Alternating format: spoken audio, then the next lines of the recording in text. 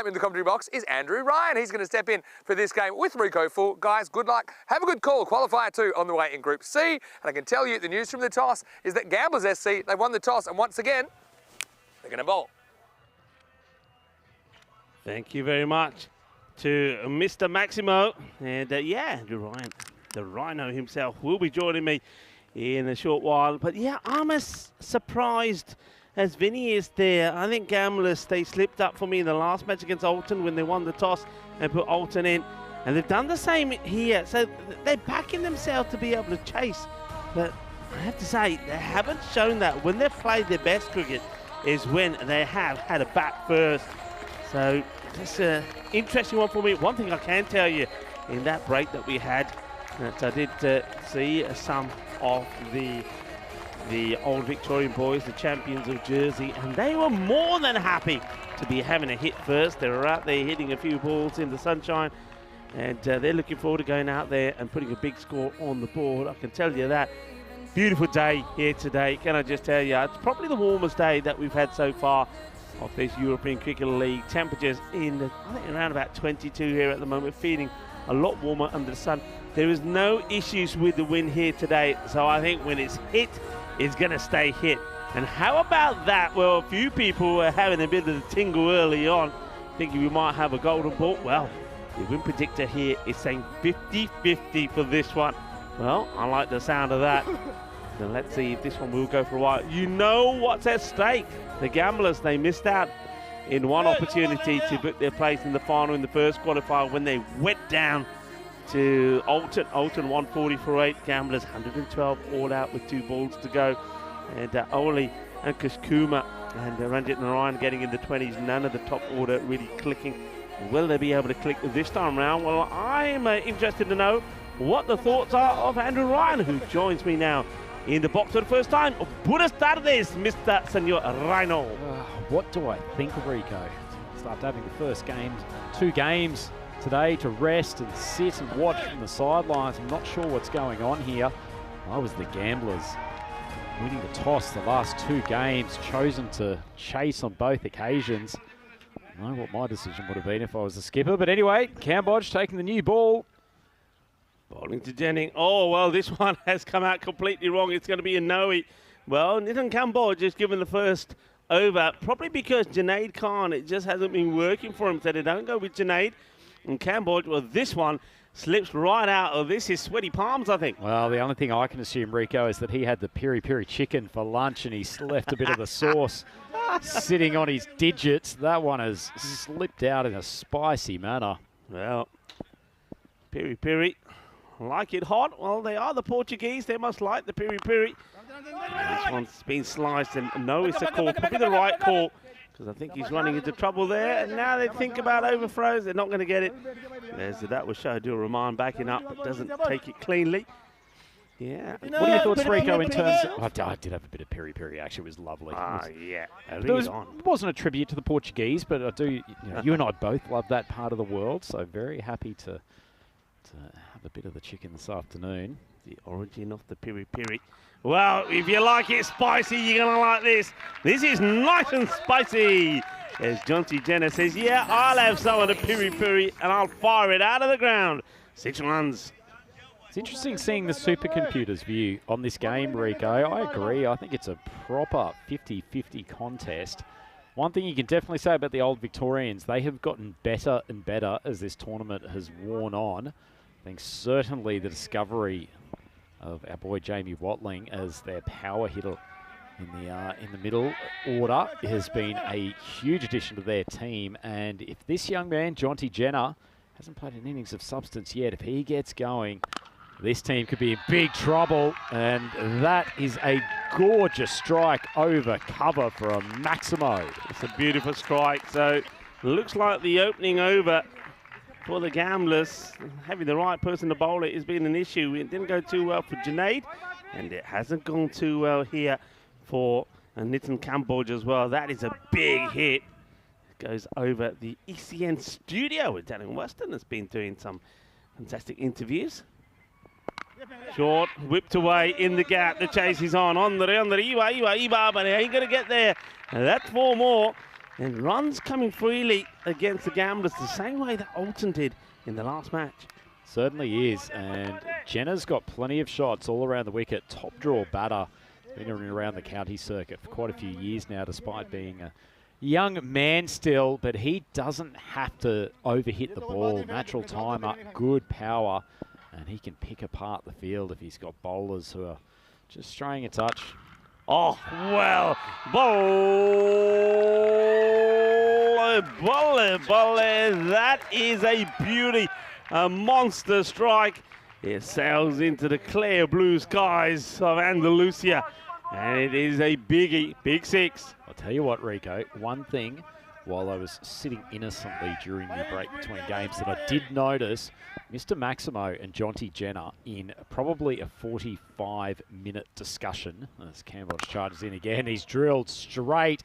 That one will beat the fielder at long off and completes the over with yet another boundary. 27 for none after the first. So going back to that, I'm curious about what Mr. Maximo was talking to him about, because he has started this game in a blaze of glory. Chance or coincidence is my question. Interesting one. As Alton are waiting to see who they're going to be playing in the final. It's the winner of this match. And here's another interesting one for you. 27 of that one. Alton in the last match, first over, 27. Oh, chance or coincidence again. Maybe it's just a series of spooky happenings out here at Cartermore Oval. We know there's a couple of castles and old buildings around here where reputedly paranormal events take place. Maybe it's shifted to Cartermore Oval as well. Junaid, ball over number 2, and he's going to go the distance as well, as this is just beautifully clipped off the pads. Charlie Brennan brings up his first maximum. To be honest, if I was the skipper here, I'd actually quite like this matchup of Junaid. He generally swings the ball away from the left-hander, and that's definitely where Brennan has more struggles, loves to hit over the leg side. That one floated up onto the pads, no movement whatsoever. It's in the same area, and all right, it's going to be just 2 less, but it's still a boundary, 4 more. All together now, wherever you are, 6 and 4 are hungry for more. Well, Brennan, he showed great signs yesterday when he scored a 65 in that 178-run partnership with Jamie Watling. Well, he's showing that he's still in very good form, the left-hander. Yeah, I'm not sure about this field or the plan of attack, Rico. I'd be saying to bowl the big hooping outswingers, get that fielder around to deep cover. If it gets past, it's going to be 4. It does get past. Karambir Singh can't do anything about it. It's 4 more. And, well, this is painful to watch, as once again, it has to be said, when the Gamblers are bowling, the bowlers are getting torn apart here. Yeah, good natural power from Charlie Brennan there. It's a little bit of almost just like a tennis forehand. Pulling straight down the ground, but natural timing. Tall young lad. Shot. And this is just easy picking at the moment. They're just picking their spots, aren't they?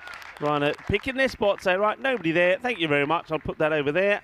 This is really incredible hitting. And they're going at a supersonic pace. Picking his spots, Rico, that for me is the ball to bowl. And you can see that Brennan hasn't quite timed it the same as he does on the leg side, but the field is not set up for it. Okay, it's a little bit wider. It's a good delivery. Gets a dot ball in. Well, that's a sign of relief. It's been a while. It's very second delivery from Cambridge as a dot. Then after that, we've had 9 boundaries on the spin before that one. So that's the sort of carnage that we're seeing here at the moment. It's a nothing field at the moment, Rico. 1 at third man, 1 at deep square. Got to pick your poison and tell your bowler to bowl to a plan. Okay, down the ground, Karambir is running after it. Can he get anything on this? No, he can't. It does make a tremendous stop. So he can't take the catch. Karambir still looking very cool with his shades and his moustache done pointing upwards. But as he chases this, it gets over him. But he sort of, well, plays one of these first tennis shots to keep that ball in play. Does very well indeed. He's a good athlete for a big man. Karambir Singh. Imagine he sort of came out of the womb with that moustache, to be honest, Rico. Now that's just a got a sign. feeling. That's a sign. Well, and the father just put the shades on him as well. Oh, not dead. Well, maybe he came out with the shades on. Who knows? I could just imagine his photos when he was a fetus and just seeing this tickle of hair come off the top corners of the mouth. Looks like they're going to go here straight to Shahdur Rahman. Now, me, if I'm captaining this the way these first 2 overs have gone, I'm going straight to my spin. I'm going straight to Danny Muskar and say, right, I want to take the pace off straight away. He goes for Rahman. Let's see. Okay, it just gets gently fended off. I think there was an opportunity maybe there to go for the shot here for Jonty Jenner, but he didn't quite fancy going over mid-wicket on that occasion. Probably just taking a look at Rahman. A little bit slower than the opening 2, but he's very, very accurate, tidy action. Tends to bowl stump to stump most of the time. Expect Jenner, if he gets another ball on that line of length, will be lofting it towards long on. There's no protection down there. So in terms of the outfielders for Rahman, as the captain seems to have who's he signaling about to? 9 of the fielders at the moment. It looked like he was signaling to the dugout. I don't know why he's signaling here, but I don't really think the fielders know what he's doing here. They're looking at him sort of thinking, what do you want? Where do you want me to go? And Seems now to be he's putting in a second, third man, which is... no, he's not. I think he's got a player coming off here. It looks like, is that Nitin Kamboj is coming off the field, so he's dismissing him off. He said, well, if you're not fit, get out of here. So Nitin Kamboj literally gets taken off, and it looks like we might have the 12th man coming on here. I was genuinely hoping he was putting in dual third mans. At least that was something of a plan. Well, it's obviously definitely an issue there with Kamboj. So Kamboj is limping and making his way off. Now, that's a big miss for him. I mean, maybe that's why they open with him, to see if they could get a good over out of him before he has to limp off. Run here. So I like the line, though, from Rahman. You don't want to give Brennan gimme balls that are sitting on middle and leg. Enable him to just use his natural capabilities over that side. At least if you're making him reach for it, brings that fielder at deep third man into play. Yeah, Amandeep Kohar, the 12th, is on the field of play. That's been confirmed now. Trying to get this in the gap. Now, a good throw here would test him. And that would have been close. He does put the bat down like he's made it quite comfortably. I don't think that was that comfortable, from Brennan. No, good shot at the stumps. Wasn't too far away. It's been an excellent over from Rahman. The 2 probably been a little bit critical of their opening 2 bowlers, not really having a plan in mind, but he's got his location right to Brennan for those last couple of balls. Let's see, Jenner's got the long on in place now. Slower to oh no, you've got to do better than that. He's having a look down at the ground, and that's Kamal Sharma that comes into this match. But you got to, I mean, you're not going to get a better outfield than this to field on, are you? I think when you're playing at Santarém in Portugal, gorgeous as it may be, you may have a slight excuse for a dubious bounce or two. Ain't going to happen at Cardimer Oval. I like the instinct, though, to immediately look at the turf. Desperate attempt to show the captain that you got an unfavourable rock off the turf. Shot. That's an absolute beauty. Watch out in the fan zone. In Cummings. He's going to hit us. What a pickup this is from Jenner. He is so quick onto this. I mean, just slightly on the pads, watch, but he picks the length beautifully and he executes that to perfection. 6 runs. Indeed. Unlike a lot of the hitters in this tournament, you can see Jenner, he's very stable at the crease and actually just plays the ball on its merits. There's not a huge amount of premeditation. Suspect he's got in his head 2 or 3 locations that if the ball is in his spot, he will more than happily attack it, but just very, very composed at the crease. It looks like he is in a mood.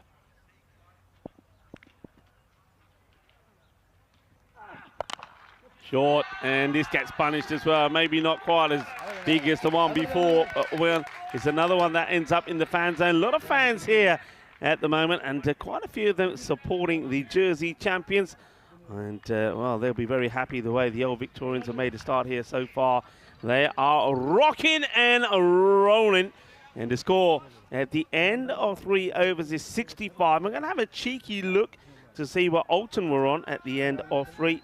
66, but they had lost 2 wickets. So all Victorians are going great guns at the moment. It's, well, that one doesn't quite go magical. We've had 27, 20 and 18 off the first 3 overs so far. Yeah, it's been a fantastic start.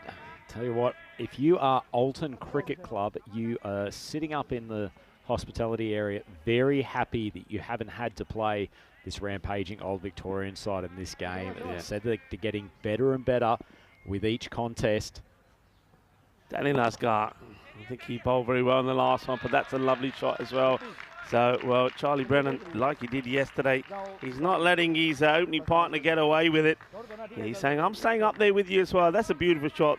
You couldn't hit it any straighter than that. It dissects the field beautifully. That will be Simranjit and Karanbir Singh that are straight. They're good fielders, good catchers of the ball, but they don't get a look in on that one. Yeah, didn't try to overhit that at all, Brennan. He's probably guilty of that on day one. Feels like he's in a groove with his T10 game now. And that will go all the way. It's too short, and that one ends up halfway up Grizzly Hill. And this is not looking good here for Gamblers. And I'm noticing already here, Rhino, the body language of the fielders is not good. Yeah, it's not. And had a look down at the area just behind third man, or at least third man, for the left-hander. And Cambodge is still off the field at the moment.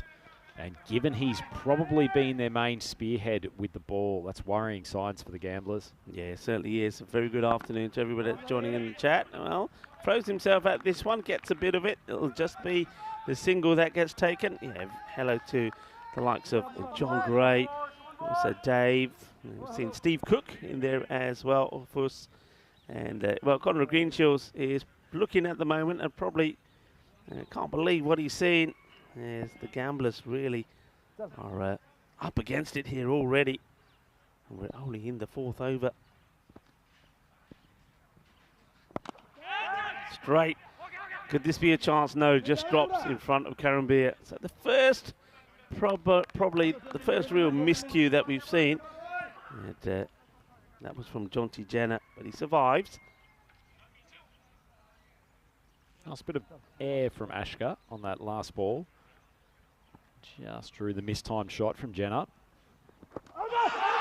Asking the question, have they got their man? And, well, Tyrone Peters, I thought he was starting to give that signal, but he just indicates that it catches a little bit of the upper leg off the batter, Brennan, so not out the decision from Tyrone Peters. Absolutely desperate to get a wicket here. You can see this one does deviate off the deck a little bit. Oh, it's tight. I can understand the appeal as Brennan decides, well, not going to take it into the umpire's hands at all on that ball. Swings Maximo over mid-wicket. Yeah, silences the appeals, doesn't he? By going down, gets on one knee and crashes. Another over that mid-wicket boundary. 6 more. And, well, the Gamblers, what are they going to do here? You know, you know what this takes me back to? This takes me back to my good days in the UK on a weekend. It's a lovely sunny day.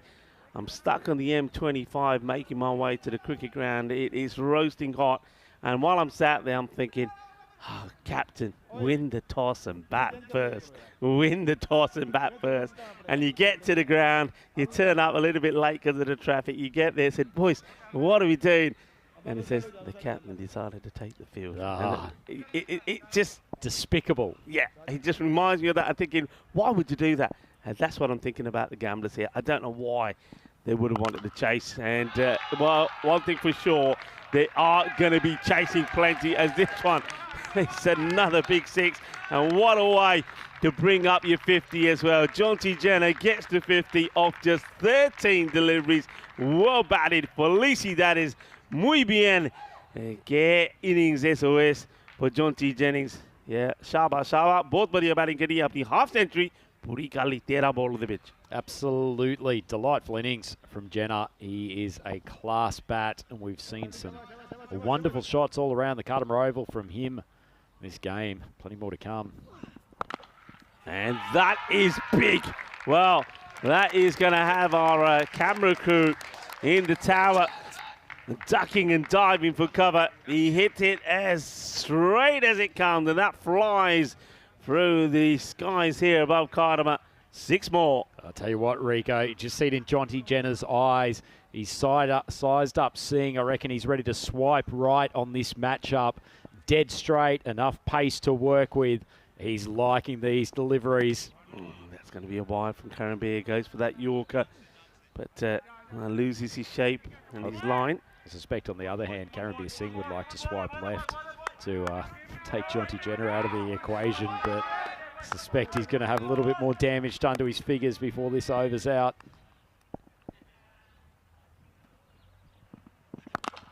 Straight 6.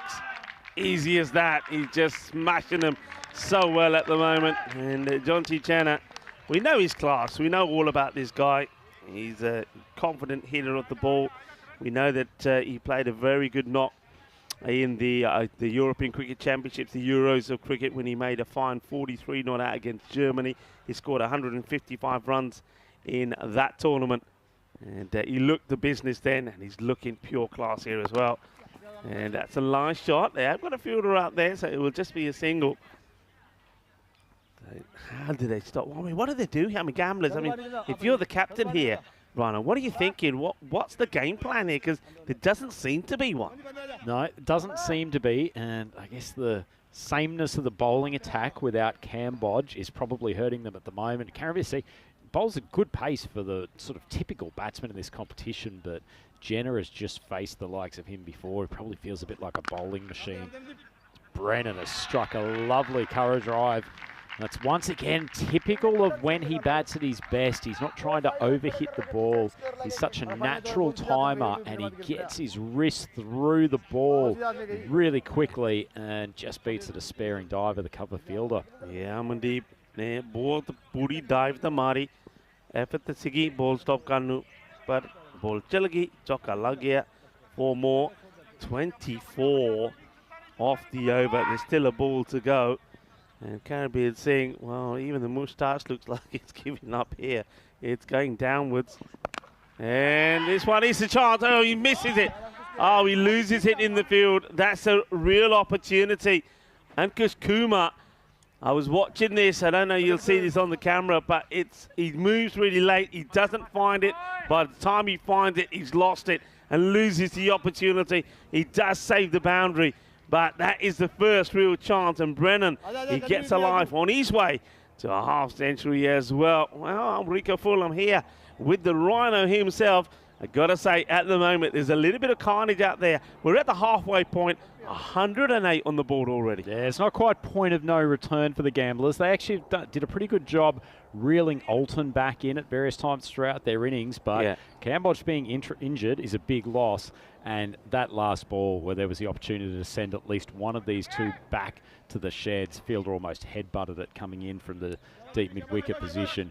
You have to execute in these big games. And the Gamblers may be coming off the back of having played the previous game, so back-to-back contests, they just look like they're flagging at the wrong time. Yeah, I think that's a good observation. That's what I'm seeing as well. I mean, what they did well against Alton, at least they did take those wickets. I mean, even though runs were flying like this, they had wickets. And because they kept taking wickets, it meant that eventually they were able to slow things down. But this is another one that goes all the way. And Charlie Brennan, like I said, he is now eyeing up a half-century himself. Back-to-back it will be for him. Remember, made 65 not out yesterday when they put 179 on the board against Afon Karahisar. I've got to say, Afon Karahisar, it's lovely to see their boys and their management and coaching staff here at the ground. They're certainly enjoying mingling with the spectators. That's beautifully timed. That's a lovely shot. And you know what? This just proves to me that in this format, a lot of people say in this format, you just got to be a slogger. It's not about slogging. We're not seeing slogging here. We're saying class batting. How about that? That is pucker. That is top draw. Oh, great to watch, Rico. It's a really interesting bat swing and bat plane that he has. Brennan, 53 off 17. Exceptional innings from him.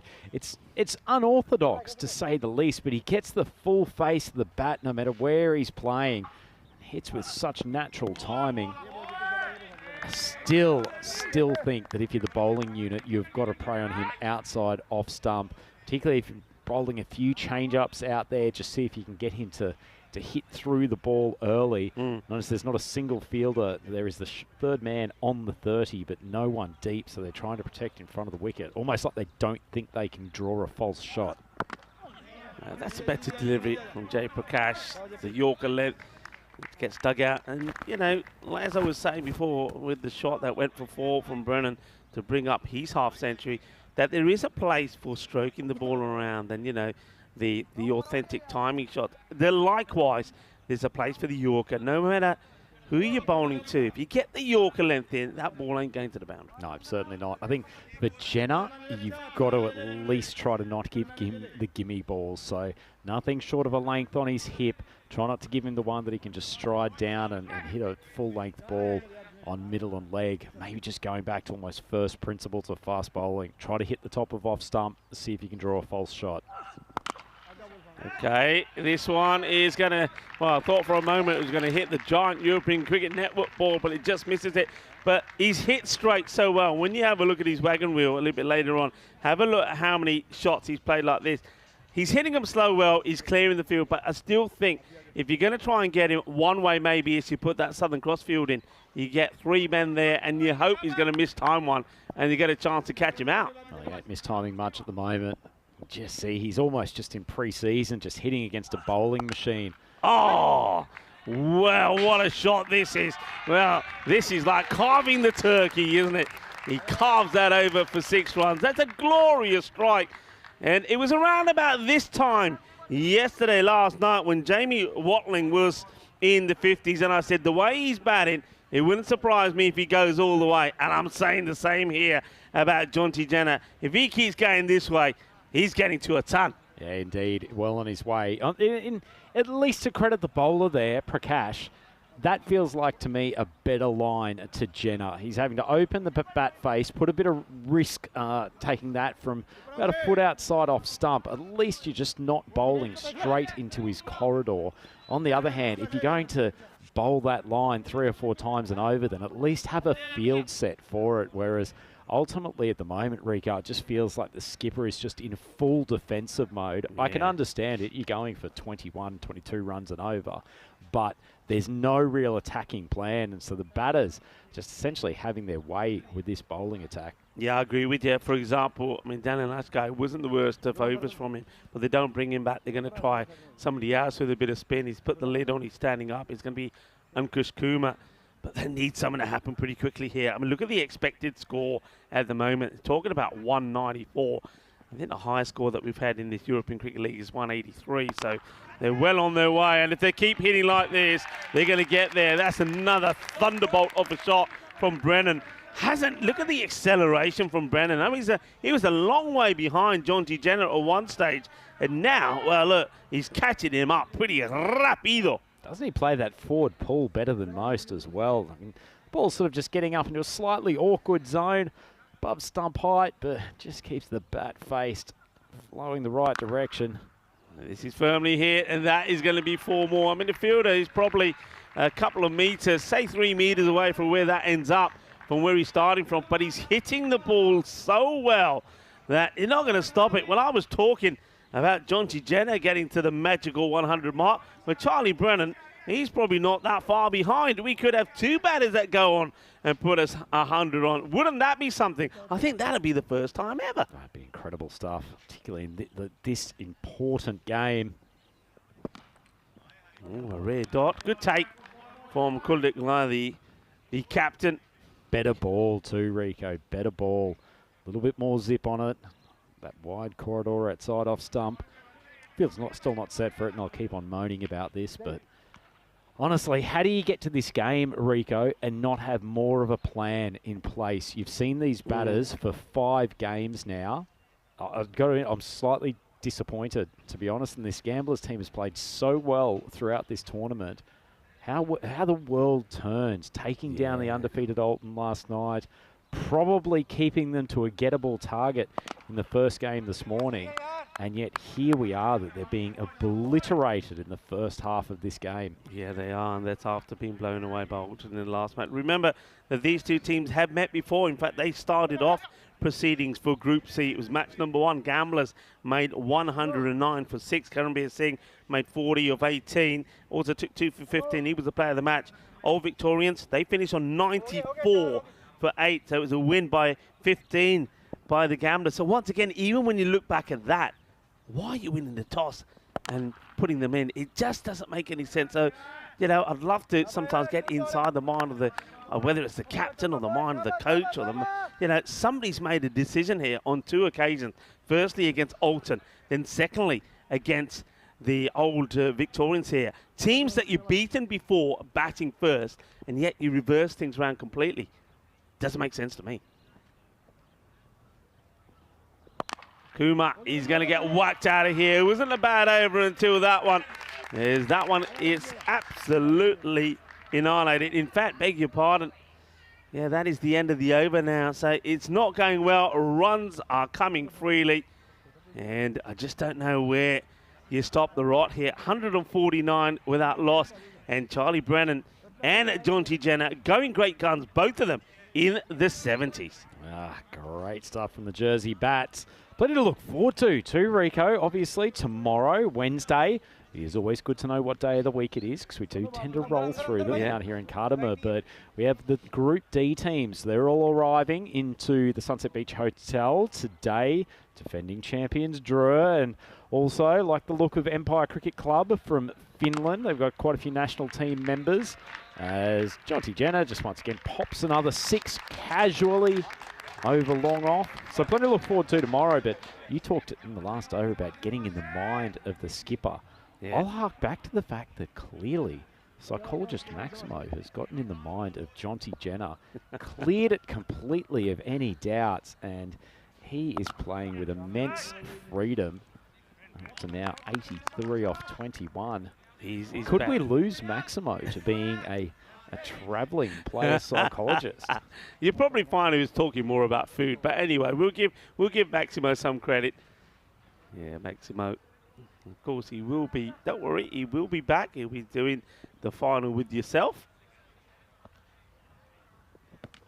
Oh, maybe, I reckon. Well, he might do the final, or maybe Jenna will ask him for another pep talk in between games. Who knows? I reckon Effion cut his heart. Probably looking to sign him up and take him to Turkey with him.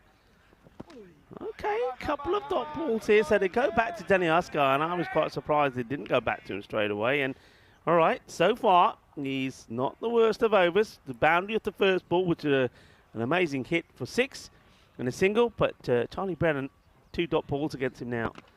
And that's well bowled as well. That is clever. I'm stunned that it's taken until almost the end of the 7th over then to bowl 3 consecutive balls wide of off stump to Charlie Brennan.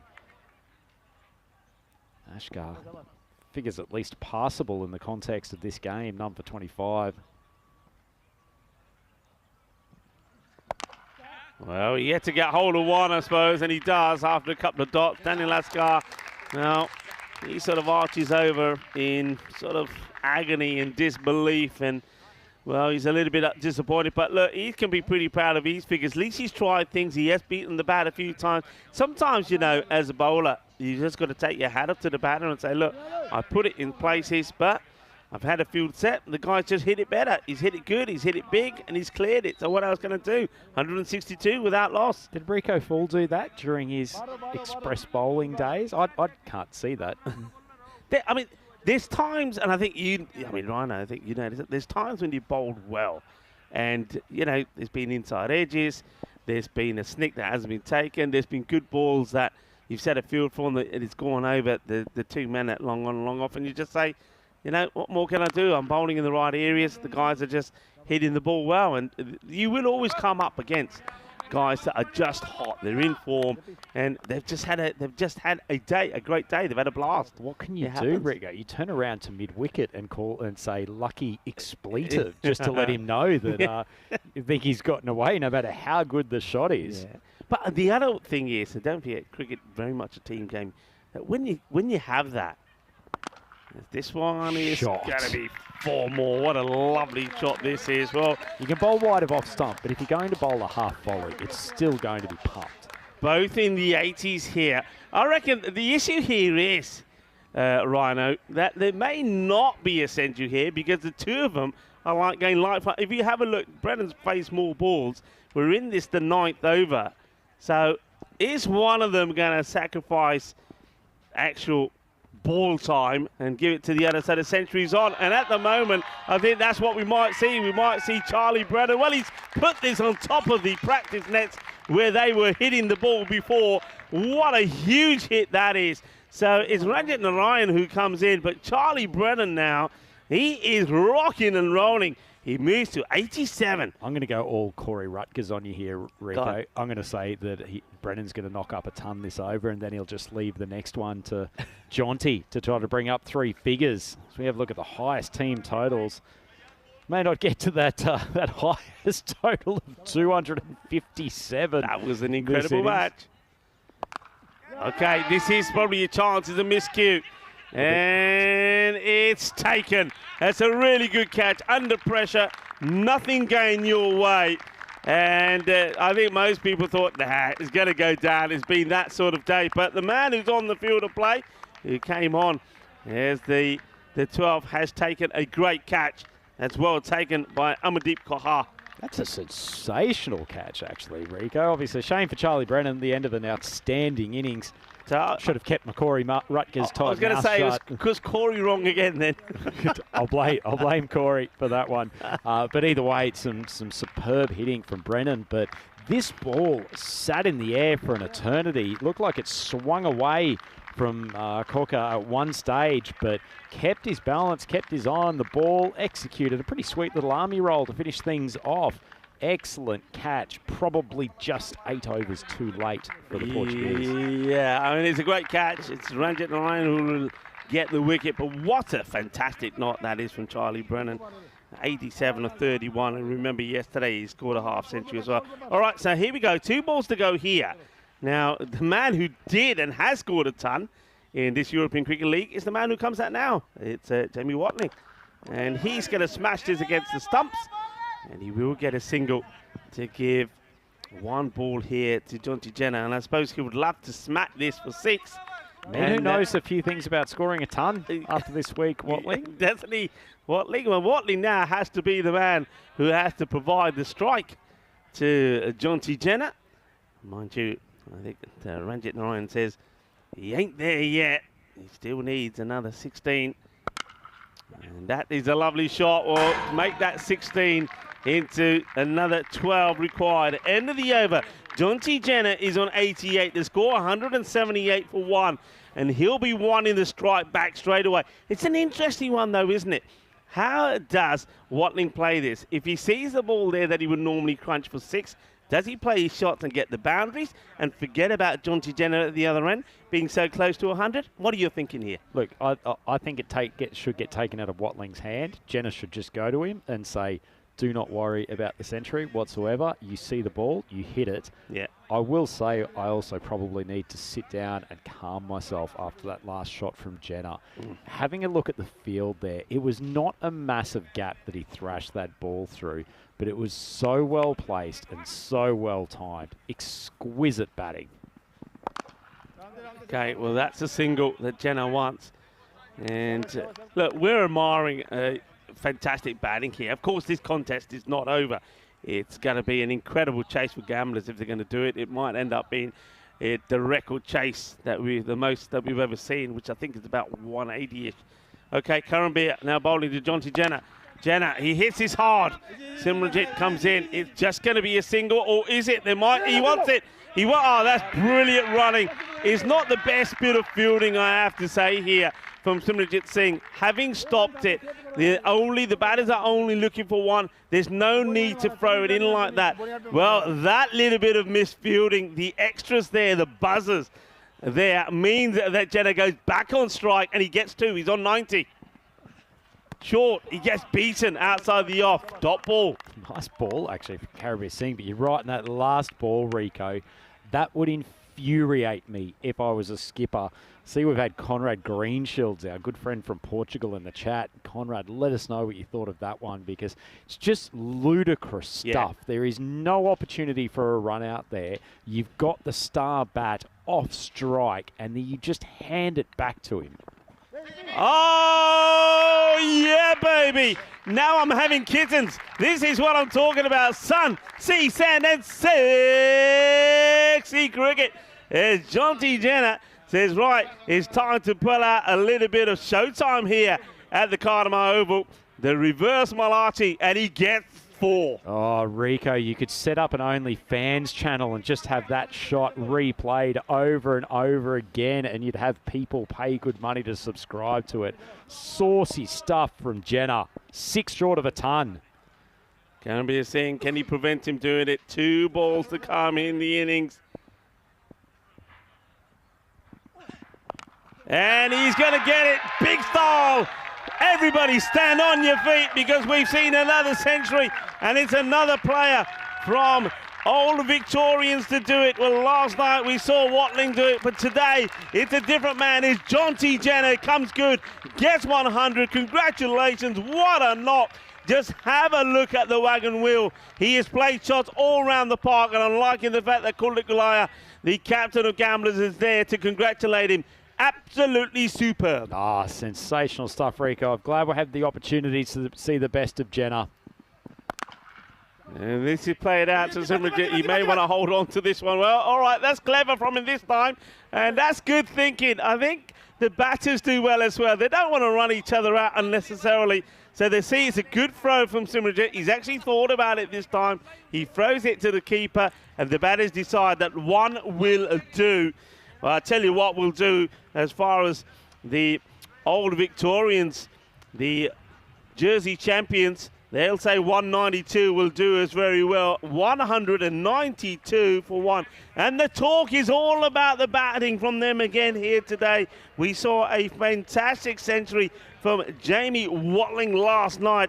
104 not out, and he was the player of the match. And now they've done it again. Well, you know what, Rhino?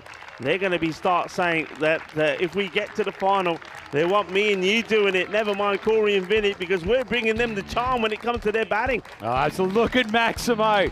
There is the secret sauce for Jonty Jenner. I can tell you what, most people thought he was signalling to the dressing room when he brought up the ton. I reckon he was signalling to the man in the purple jacket. I reckon Maximo had a word with Alex, the cameraman, and said, look, when they come off, I'll be here. Just make sure you get me on camera here, because this is I will speak. It's like the agent who wants to follow the boxer after he's just had a knockout. Be the first man on camera. I will be speaking to Jenner later, I'm sure, and I'm going to ask you what Maximo was talking to him about. And I'm telling you now, Maximo would have been talking to him about paella with the squid ink, because he'll be talking food, not cricket. The cricket was all done out there in the middle, and it was blistering stuff from the 2 openers. First of all, Jonty Jenner and Charlie Brennan, they were superb. Brennan looked like he may have been thinking about getting to the century first, but he was caught brilliantly by Amardeep. But there was no stopping Jonty. He was in the mood, Jonty Jenner, and he scores a century, the second of this European Cricket League, and it's the second from a batter from the Old Victorians, the Jersey champions. Yeah, and let's not forget the efforts of Charlie Brennan. He's had his struggles at various times throughout this tournament. We know what a good young player he is, but he hit some fantastic shots, and in the middle overs was actually accelerating at a more rapid rate than Jenner was. Eventually dismissed to what was a tremendous catch from Amandeep Kokar, who was 12th man, might be having a few words with his skipper, saying that 11 fit players wouldn't have been a bad idea at the start of it, but Jenner played some audacious shots. That one might have been the best of them. Saw a cut shot earlier in there, the one to bring up his century. What a gorgeous strike. Teammates rise in celebration, and wasn't it a treat to see a batter of his class put on an absolute exhibition in such a huge game, Rico? Yeah, well, I don't know if the Old Victorian boys were more jubilant with that century coming up from Jonty Jenner, or when the centurion of yesterday, Jamie Watling, got hit you-know-where, but they were just as excited, they were just as up and about, and so they should be in this must-win match, looking to book a place in the final later tonight, where Alton are waiting. They have got the runs on the board, and it's as simple as this. The Gamblers, Look, they're not out of it. They've got to go out there, but they're going to have to be at their best. They're going to have to score 193 to win. And if they do, it'll be the biggest run chase that we've ever seen on the European Cricket Network. The scorecard speaks for itself. Yeah, it does. I mean, not a huge amount for us to work through there, Rico. Jonty Jenner with the 3 figures at the top of the innings. Superb innings from him, and obviously Charlie Brennan backing them up as well. My word, what an onslaught. And as Conrad Greenshield's mentioned in the chat, the fact that they've used 8 bowlers tells the story of what a struggle it was. Not a single or one of them below 15 runs per over. Yeah, it was... well, let's just say we saw a little bit of carnage out there. There was fireworks all around. We've seen another man put his name in the Hall of Fame, and that, of course, will be Jonty Jenner. He scores 112 sixes and 5 fours on his way to do that. In that innings, we saw a total of 20 sixes and 13 fours. Quite remarkable. Well, that is the mid-match summary. All Victorians, 192 for 2. We're going to take a short break now here to just compose ourselves and, well, just take a little bit of iced tea or something to cool ourselves down as we get ready for the reply. And the gamblers, well, they're going to have to do something special if they are going to make the final later tonight. I'm Rico Full. Alongside me is Andrew Ryan. We'll be back in about 10 minutes' time to talk you through the conclusion of this qualifier number 2.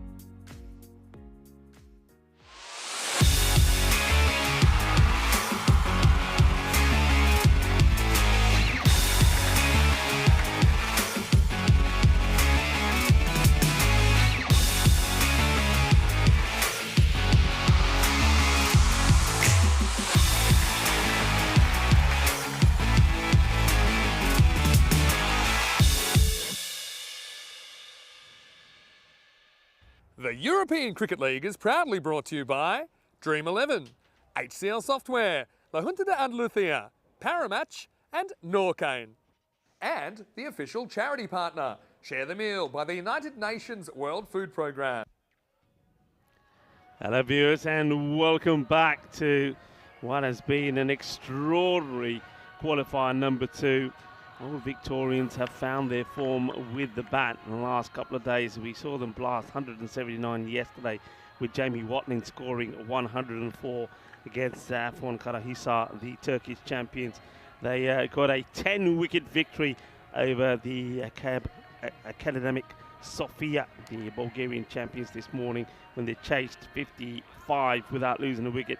And now in this match, we've seen them score 192, and we saw a sensational century there from Jonty Jenner, 101 of 28. Quite amazing.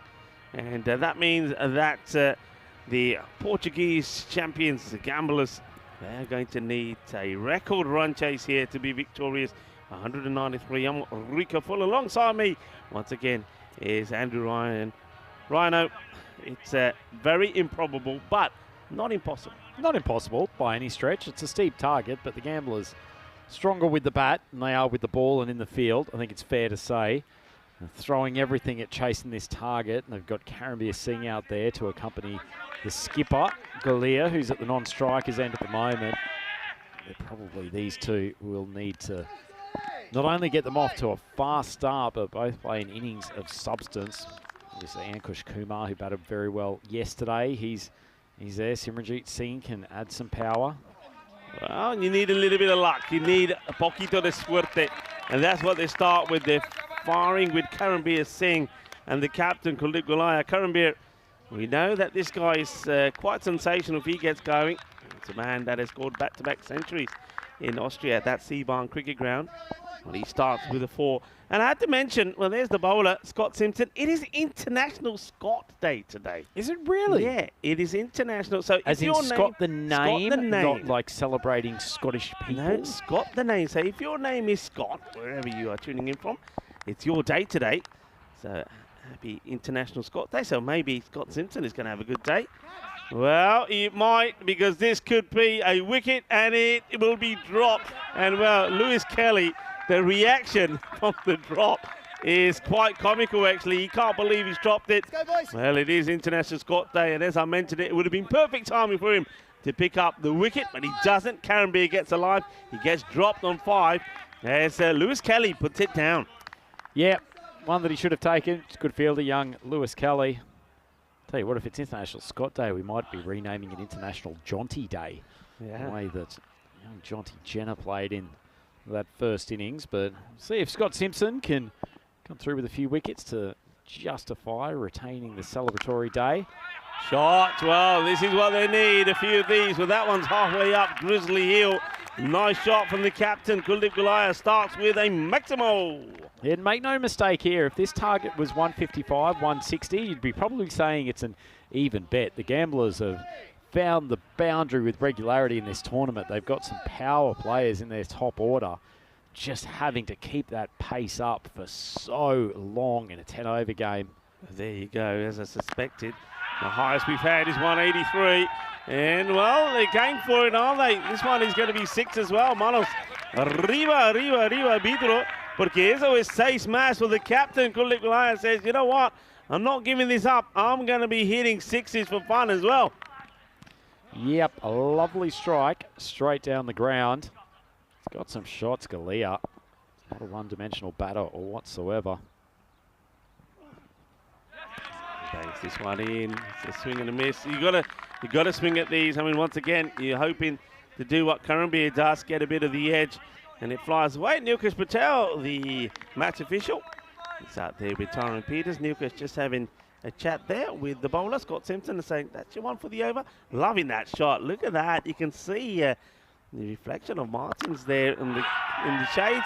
6 more. Oh, yeah. Bring it on. Bring it on. Well, they need to be going at 19s. Well, that'll do nicely, because that's 23 off the first. Well, the Gamblers Contrast to the Kenny Rogers tune. They don't know when to fold them. They are attacking this target with gusto. 23 off the first. And that shot from Galea, one of the best we've seen today, just held his shape. Struck what was not a bad ball from Simpson straight down the ground of the side screen. And you never know, Rico. 38 matches since a golden ball. 23 off the first over. If they can get themselves into a big power play where they're at, let's say, 70, 75, so obviously keeping up that rate, they'll at least have a sniff. It certainly will. Okay, this is more up than distance. Catching opportunity goes a long way up. And it's taken. Oh, unbelievable. He's taken this catch. He's dropped it twice, but he's taken it. He's got extremely lucky, it has to be said. But that is an extraordinary take in the end. It goes in, out, shake it all about, but he holds on to it. And Karambir Singh is going to have to depart, having been dropped of the ball before, which was an absolute sitter by Kelly. You can see there, going up to Kelly and saying, don't worry, mate, have a look at this, Rhino. I can't believe he's taken this on the third. It also hit him in the chops. Look at this. And then he's adjusted. What a grab. Duckett showing the magic hands, using his head in more ways than one. And one of the big guns, Karambir Singh, back into the pavilion, first ball of the second over. Look at this. He headbutts it into his hands. He does, folks. Watch. He actually headbutts the ball back into his hands. That's quite incredible. Oh, well, when you need things to go your way, you don't need that to happen. Well, gamblers will feel that they're getting no luck at all. James Duckett, though, well, he's getting all the luck. Holds on to an incredible catch. Really was. Skipper leading by example. I would have preferred to take it first grab, but it would have been nowhere near as spectacular.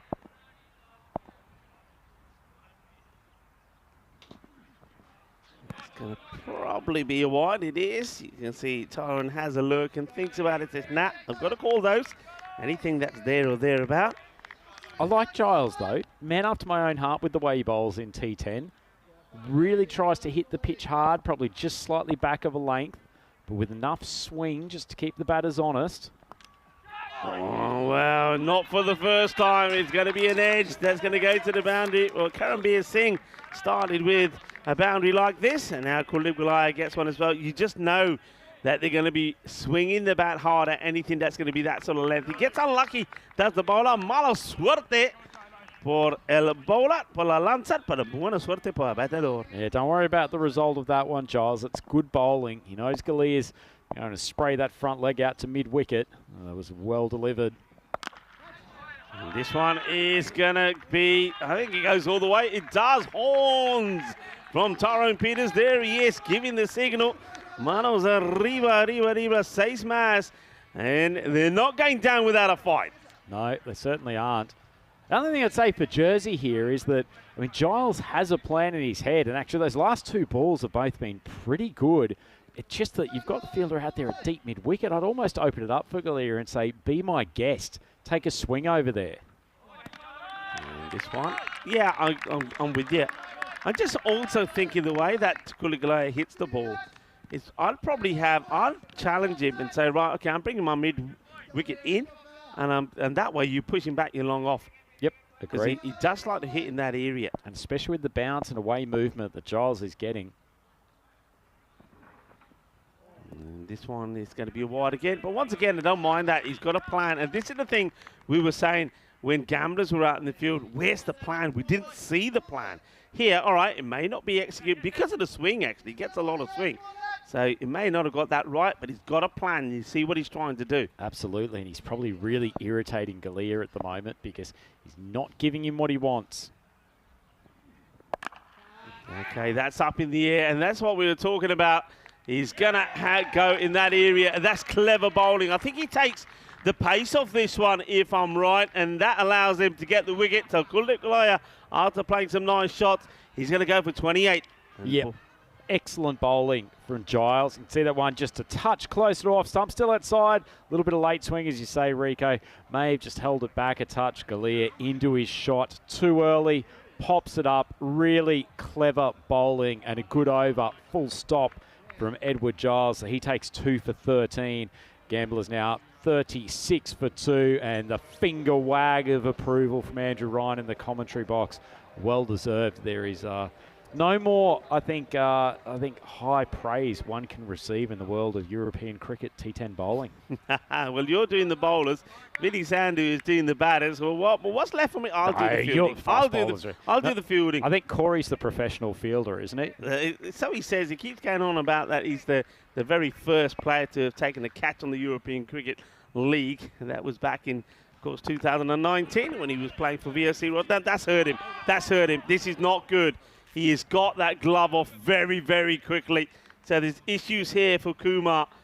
And he was not even looking at Ranjit Narayan. As soon as that's hit and the gloves have come off, he's in a bit of discomfort. And I think he's already ordering the spray. And maybe we get a chance to look at Elsa. Elsa might be coming out again with the medical pack.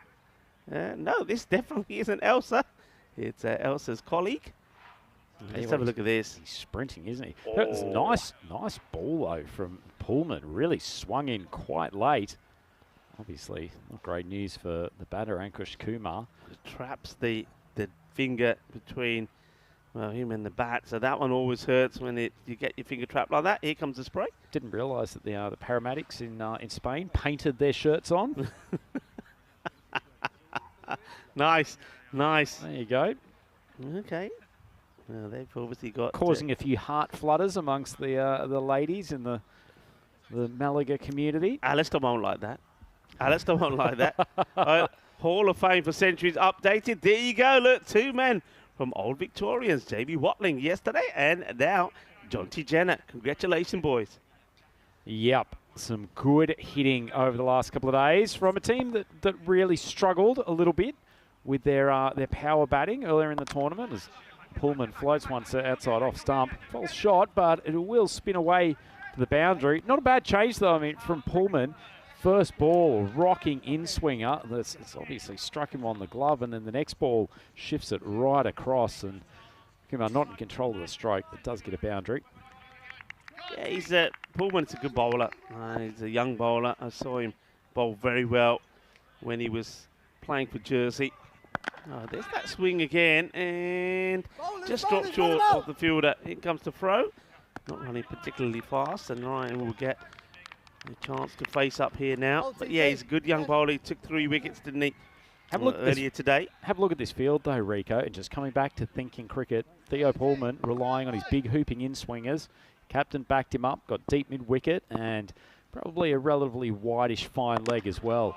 So he's bowling to a plan, and you can't cover everything in the first 3 overs of the power play. It's only 2 fielders outside, so you've at least got to have a clear idea of what you are trying to do.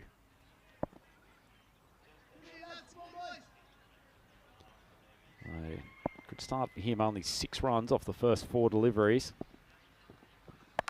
Okay, that's more up than distance, so catching opportunity and no problems at all. That's nicely held. A nice, simple catch. High fives all around. And, I think that looks like Scott Simpson that takes the catch. So, pretty solid in the field, aren't they, the Old Victorians? Not too many catches going down. They're good under the high ball.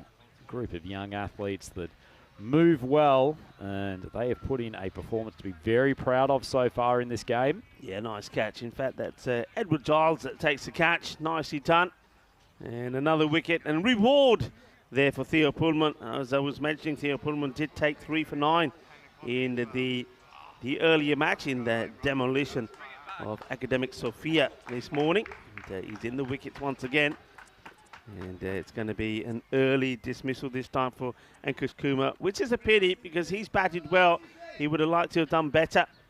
And before we see what looks like the last of him and the Gamblers here, because looks like it's got to be said the gamble has not paid off, and that's the gamble to put the opposition in.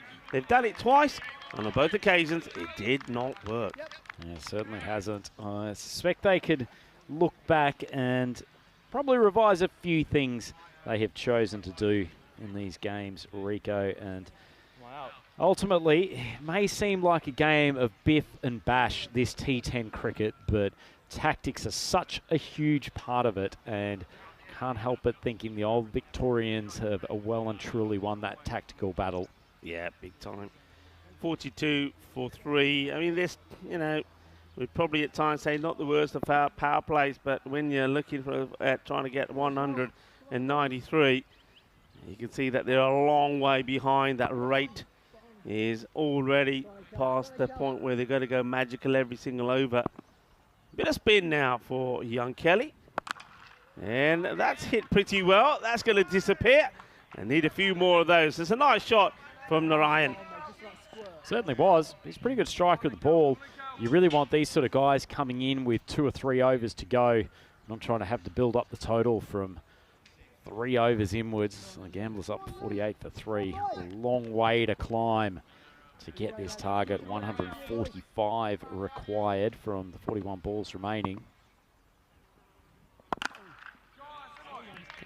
With a fair bit of intent, that will only be a single, and that's the thing. Every time the ball doesn't go to the boundary, they're going to fall behind where they need to be.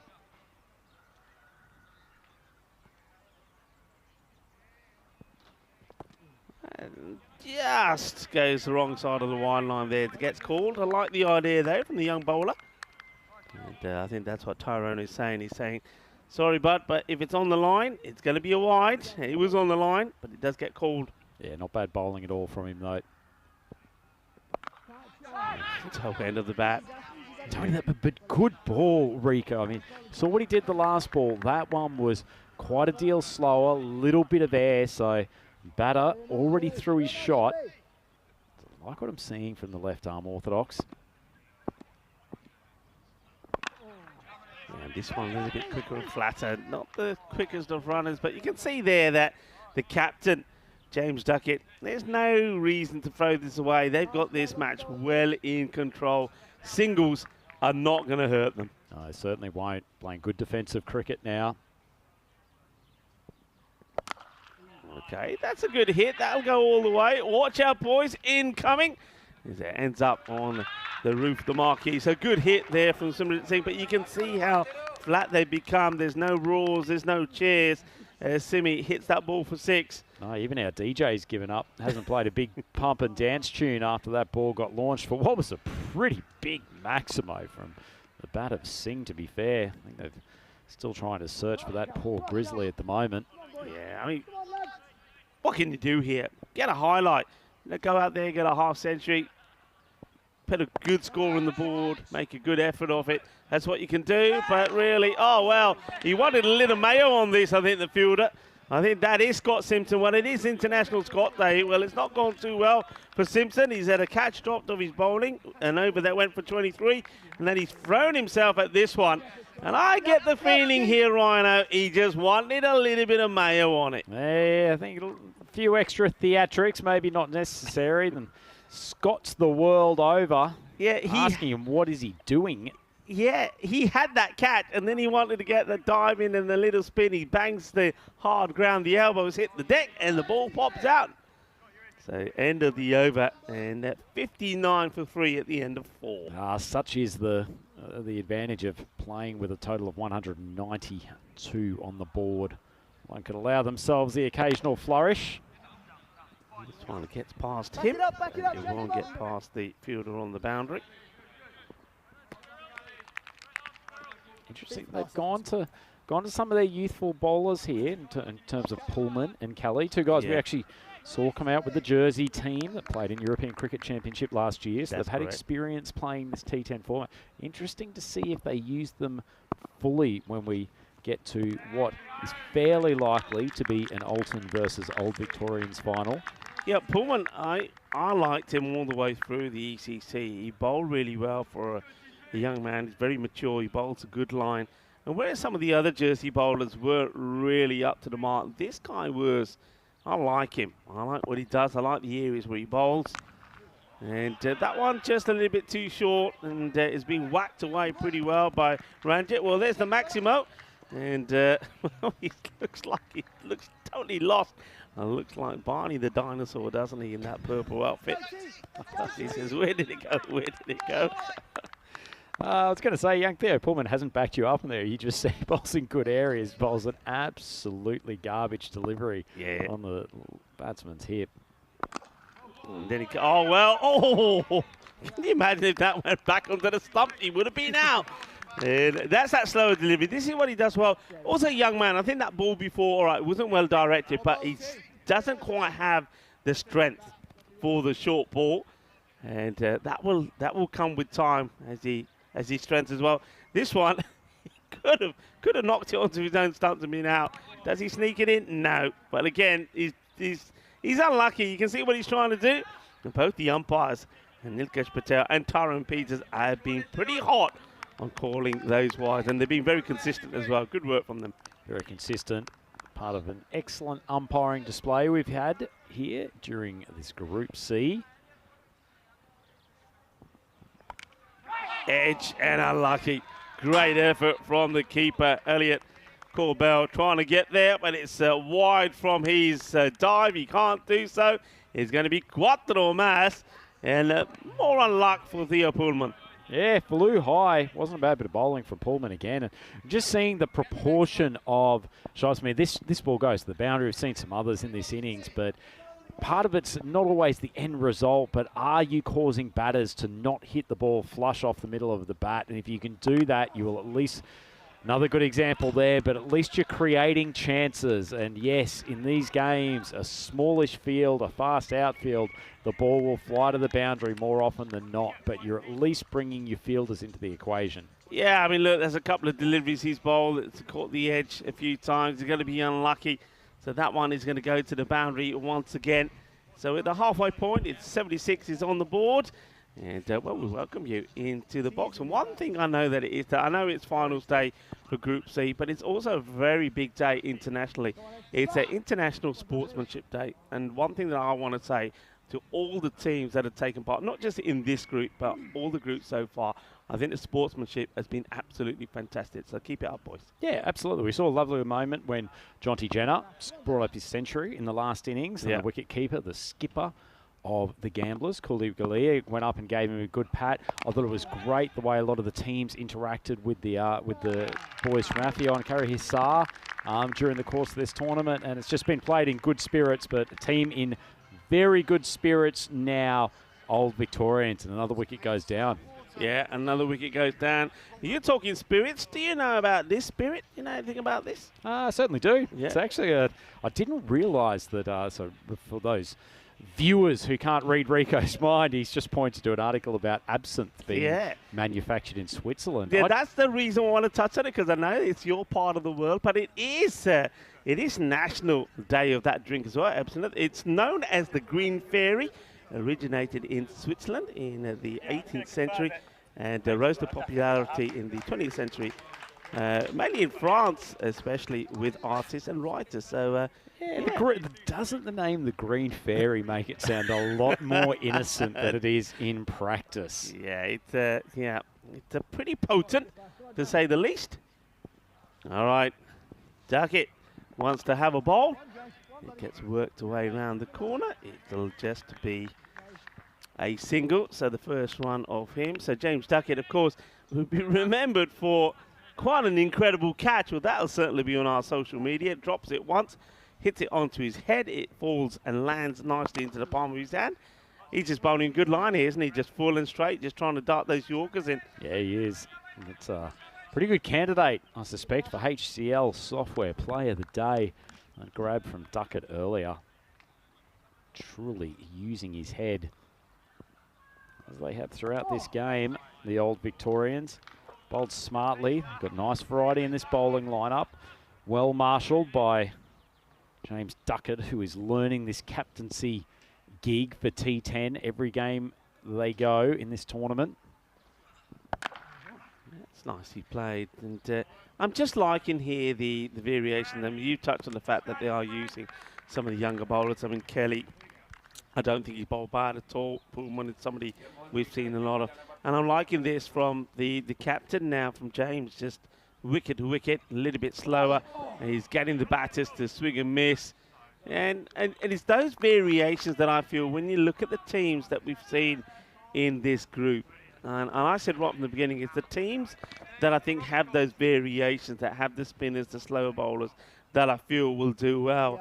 And it looks like, even though they maybe didn't start so well, looks like Old Victorians are showing that here. And there's one thing that I mentioned about Alton, though they have played some good cricket, I just think they're lacking some of those variations with the ball. Yeah, possibly. So Jamal Stanik's eye got a couple of wickets in the first qualifier. I'm glad he's back in the bowling lineup. There's a part of me that thinks that even though he's been expensive at times, that they really do need him firing, and they've got to build up his confidence because he provides such variety. They probably otherwise don't have, obviously, a lot of left-hand versus right-hand options, but similar sort of pace. And, you know, Ali Usman been bowling very well for them at the top, but thereafter, Melia's been bowling pretty effectively, taking some wickets early. But Rayan Zanik's been expensive. They've sort of flirted with Sakaram getting some overs in at certain times, and it'd be interesting to see how they go. And I still think so much of this tonight is down to the toss. If I'm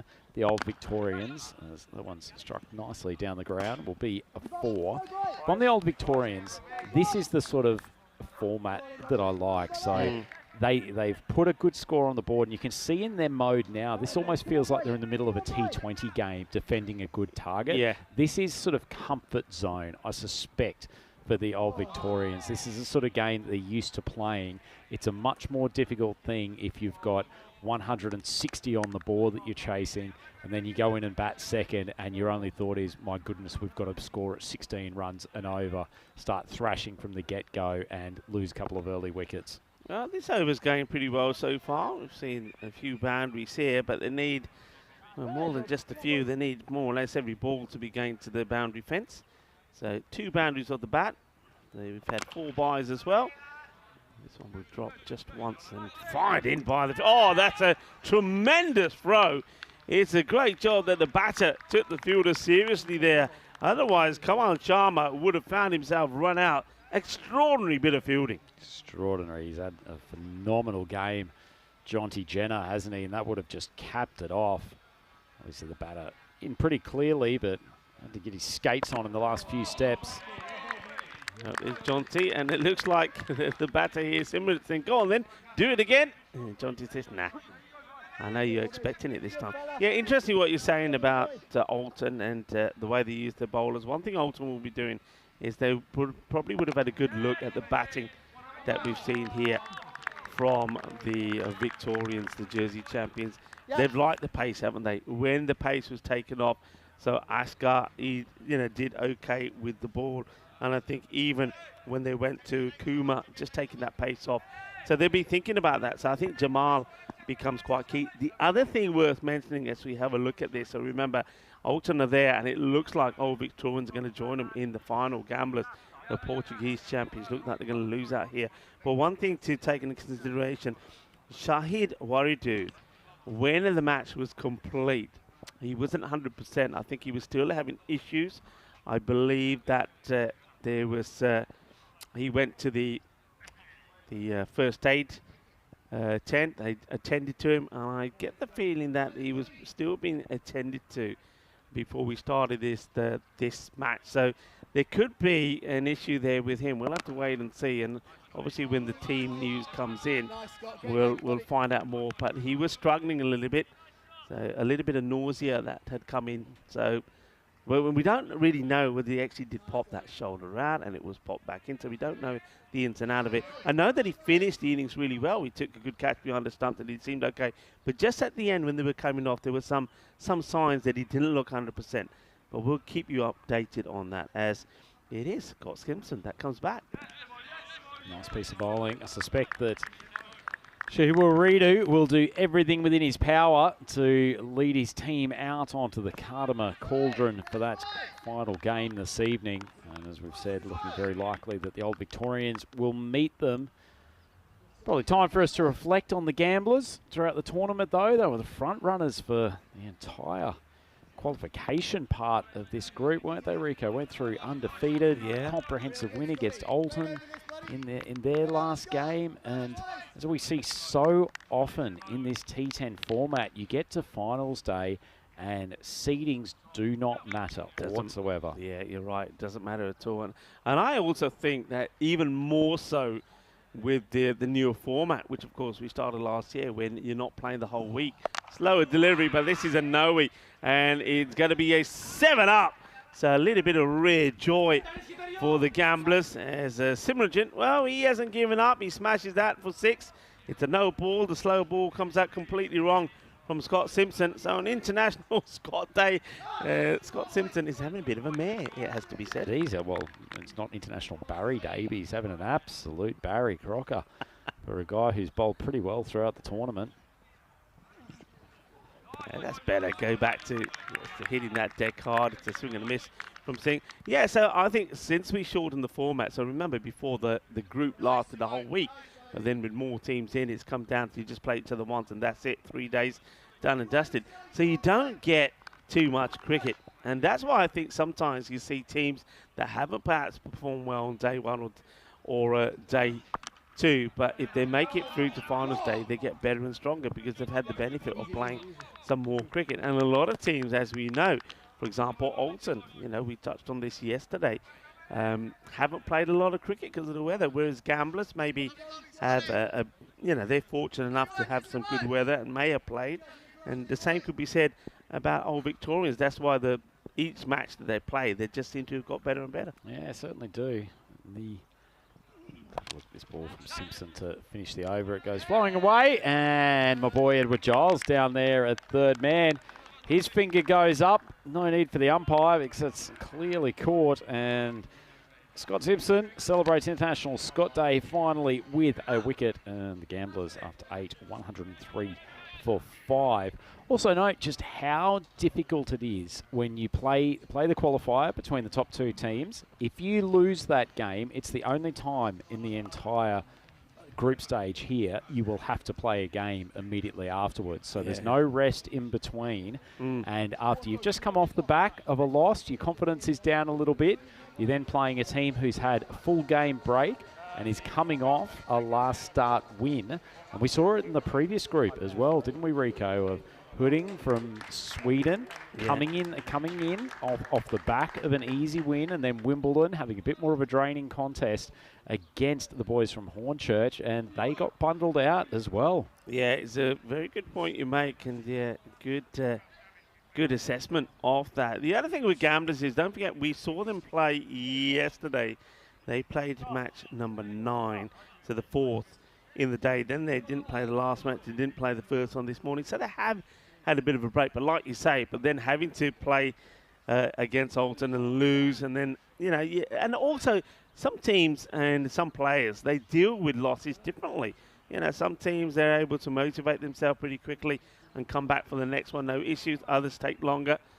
So there is a lot of that. Get a feeling we're saying a keeper change here. There must have been an injury. So it does look like that Jamie Watling is now taking the gloves. There must have been an issue there for Elliot Corbell. Well, let's hope there's no problems for him coming into an important couple of hours for the Old Victorians. It's one of the few times in a T10 game you just see various people milling around. It's almost like Sunday afternoon cricket, isn't it? Just waiting for a new bowler to come on, having a chin wag to the person nearest to you. Yeah, so just an update on that. So, Corbell, he has gone off the field injured, and sub is on. The new keeper, the man who's taken the gloves, as I just mentioned, is one of the Centurions that we have in this European Cricket League. It's Jamie Watling. He scored his century yesterday. But today, in this match, it was Jonty Jenner. And well, there we go. Well, I don't know what's going on there. Hang on a minute. Is that one of the Gamblers down there? Hang on a minute. There we go. Well, for a moment, I thought he was doing something naughty, but he's not. He's just pimping his ride, isn't he? That one's been hit pretty high. And it will go all the way. 6 runs. Well, that one is just behind us at the top of the hill. And we do know, has it been confirmed if we're starting tomorrow from the hillside or we're staying from the same side? Somebody confirmed from me, maybe one of the crew. Maybe the robot knows. Yeah, we are. It's in my headset straight away. So tomorrow we'll be coming from the hillside. So we will change. I know a few people were asking about this in the group. When are we changing? Well, there you go, folks. It's been confirmed. Tomorrow, Group D will start from hillside at the moment. Currently coming from lakeside. And that's a good hit. It's another one. That's out of here. So just in case I wasn't excited enough for tomorrow, the change of perspective, Rico, that is wonderful to hear. But less wonderful for poor young Lewis Kelly. He's been smoked for a pair of mighty Maximos to start this over. And tell you what, Simranjeet Singh, if they had have been able to bring him in with 2 or 3 overs to go, he is precisely the sort of man you want at the crease. When you get to this stage, he's absolutely annihilated that ball. It's come off his bat like an absolute rocket. Simarjeet Singh कह रहे हैं ना, मैं मुंडे ने सारे ने किया सी ना, आज तुसी सैलड रहन दो, परोंठे खाओ. मैं तो खाते आ देख लिया, परोंठे ना शक्कर लग लेंदे आ, salad नहीं हुंदा. And that's exactly what he's saying. I told them all have prawns for lunch, not the salad. They didn't listen. All right, well, hang on a minute. He could be gone here, just shy of a half century will be. The catch has been taken. No mistake there. I think that looks like it's is that Giles again who's taken the catching. And they're doing a bit of a weird celebration. Yeah, Edward Giles takes the cat. And Simranjeet Singh, after scoring a very entertaining 45 of 17, finally does go. But that's exactly what I was saying with the gamblers. Look, you know you're not winning the match, trying to get yourself a personal highlight. This one just sort of creeps up on him pretty quickly, so he's not able to get the good shot in. Catch is taken.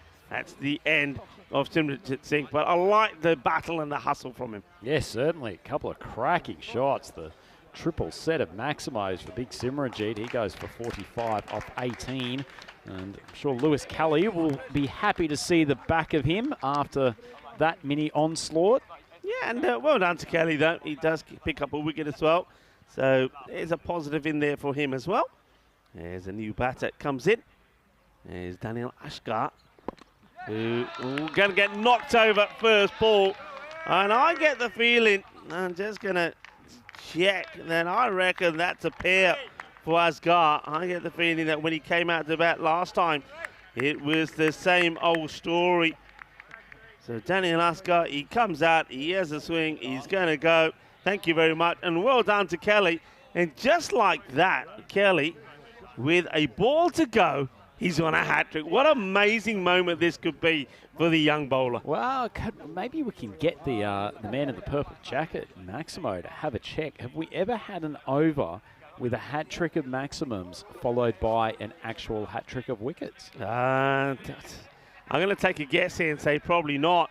Well, that's what we've had so far in this European Cricket League. Here we go, hat-trick ball. It's not going to be. This gets played out by Junaid Khan. He says, I've got a lot of stats to my name. That is one that I don't want. It's the end of the over. Well bowled to the youngster. He picks up 2 wickets, 2 for 36 in his spell.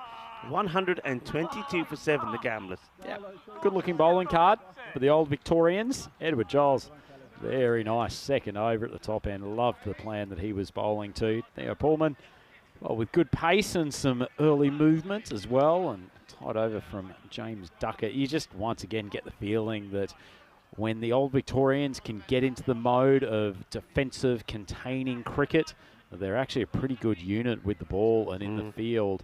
And I'm sure they'd love to replicate this approach when it comes to the final this evening. Whacked, high, big, long, Shaba, Kidnasona, Shaka, Lagya. Nice hit. He'll take whatever you get. Junaid Khan, we know he's more than capable of hitting it and hitting it big. So the other thing is, don't forget, old Victorians, I mean, you touched on the fact of the number of matches you play. If they're going to do it, they're going to do it the hard way. Didn't finish in the top 2. They've had to play 2 matches already. Okay, this could be a wicket, another one, and Giles gets under it, and he takes another catch. No mistake. Well, that's his celebration. We'll talk about that later. It obviously means something. So nicely done by Edward Giles, and a wicket for El Capitan. He picks up his second. It's disappointing. We've probably just immediately lost 50 viewers from the coverage, Rico. We know how many fans that Sinead Khan has got around the place. Man who's set alight many broadcasts of the European Cricket Network over the last couple of years. But unfortunately, just a short stay for him and a relatively unsuccessful one. And my boy Edward with yet another catch, and he's racking up some good fantasy points today. Yeah, and he's, well, it looks like he's practicing a few of his taekwondo moves there, doing a bit of a boomsy maybe. That's the end of Janae. They go for 7 of 3. So, yeah, we will be, go back to what I was talking about. Old Victorians, they're going to have to play. If they're going to do it, they're going to have to win 3 matches today, and not too many teams have done that. Indeed. Okay. Captain wants it himself. And he puts it down. The wicket-keeper really probably did say, it's mine, but don't forget they haven't got the normal wicket-keeper. It's the stand-in keeper. And, well, it's like Jamie Watling said, all right, Captain, if you want it, I won't go for it, but that's the keeper's catch. Yeah, he sort of motioned towards it, and then Duckett just said, no, stay in your box, young man. Fumbled it, so he's going to want to blame but himself. I think Duckett might have said something like, that sounds like his name, but anyway, we're not going to dwell on that too much. Tell you what, after his catch earlier today in the outfield and then just seeing those 2 efforts, you can never accuse a skipper of just bothering to field off his own bowling.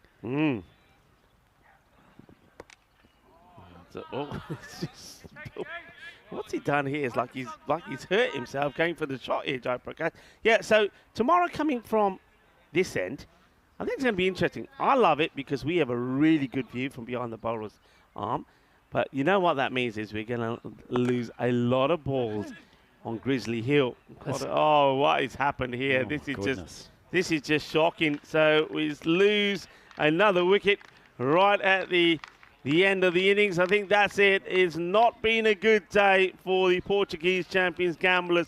They went down earlier to Alton, and they go down here as well. It's a big loss.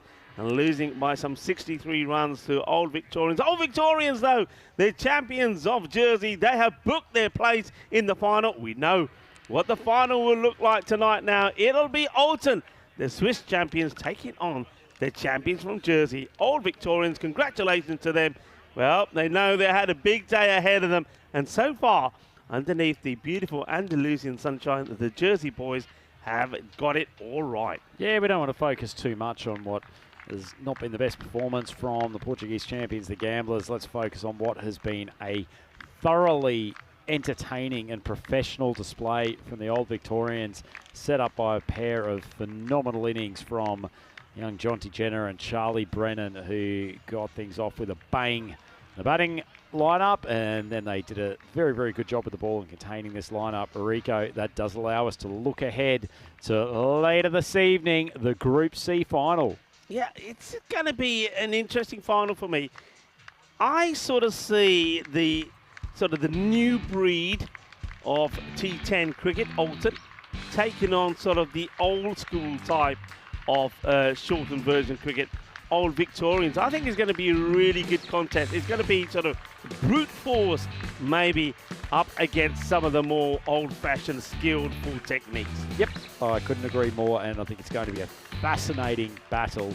Obviously, under lights brings another element to the equation. But let's have a look at the highlights, and this was probably one of the best ones from the fielding innings. James Duckett taking a quite incredible catch in which he fumbled it twice.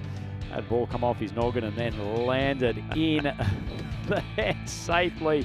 But it was pretty good catching all round from the boys from Jersey, Old Victorians. They tended to bowl to a plan. They'd worked out their areas, and frankly, the Gamblers put on 130. Not a bad score, but really, Old Victorians felt like they were in control in that whole bowling innings. Yeah, it's only that first over, right, from Scott Simpson, which went for 23, and we thought, okay, hold on a minute. But then after that, I think, Charles, that was when you were doing that little celebration, because you were right. It didn't always go right, but one thing we saw from the bowling here from Old Victorians is that they stuck to the plan. And if you got hit for a boundary, you don't change the plan, because eventually you'll get your man. And that's, there's the proof there from that highlight. A couple went over, but that one goes to the fielder, takes the catch. And sometimes there's a plan in place, stick to the plan, and you get your man. Yeah, ultimately, it's T10. You're going to get smashed. Whatever you bowl, or the ball is going to fly to the boundary, but you've got to work out ways to pick up wickets, and ultimately the easiest way to pick up wickets is trying to get batters to hit against their natural type, and if you can get them to do that repeatedly, they will tend to make an error eventually, even top order players. And it was a really, really smart effort from the Old Victorians. Obviously, once again, helped by the quality of their batters up the top, but professional display all round from them. They have some genuine momentum going into this final tonight. Liking the little celebration there from Kelly. I think he was saying una, dos, tres. Well, he got una, dos. Unfortunately, he didn't get the tres. And, well, then we saw a little bit of taekwondo there from Giles as well. Edward Giles, he picked up a couple of catches. It was a good performance, and I think the other thing about this performance was it was very much a team performance. I think the captain leads them really well. I'm looking at the body language from the players; it's very good. I saw a little bit of them before the start of that match when they were hitting the ball around and doing some catching. They have a good feel to them, and I think today they've come out polished as we look at that scorecard. Yeah, great unit, really, really good team atmosphere there, and it showed today. But Gamblers, congratulations to them, because they have given us plenty of entertainment throughout the 3 days here for Group C. Simranjeet Singh, top scoring for them, 45 of 18. Kuldeep Galia looked very dangerous in the opening overs. It was probably his dismissal along with that early one from Karambir Singh that just made it too tough for the Portuguese. The Old Victorians' disciplined bowling effort all round. I really like Giles' over. And Theo Pullman, he might get himself a couple of overs in the final this evening as well. Yeah, good performance. I can only, ditto what you've said there. I've liked what the Old Victorians have done. And I think, in the end, they deserve to be in that final. They've shown that. They've got some good wins. They've done it in good way. And it'd be interesting to see what the actual 11, the playing 11 will be from them, because they have trialled a few things. I think batting-wise, we know who the key batters are. I don't think they know yet who the key bowlers are. It's going to be a difficult decision for the captain Duggan to make. Yeah, certainly will be.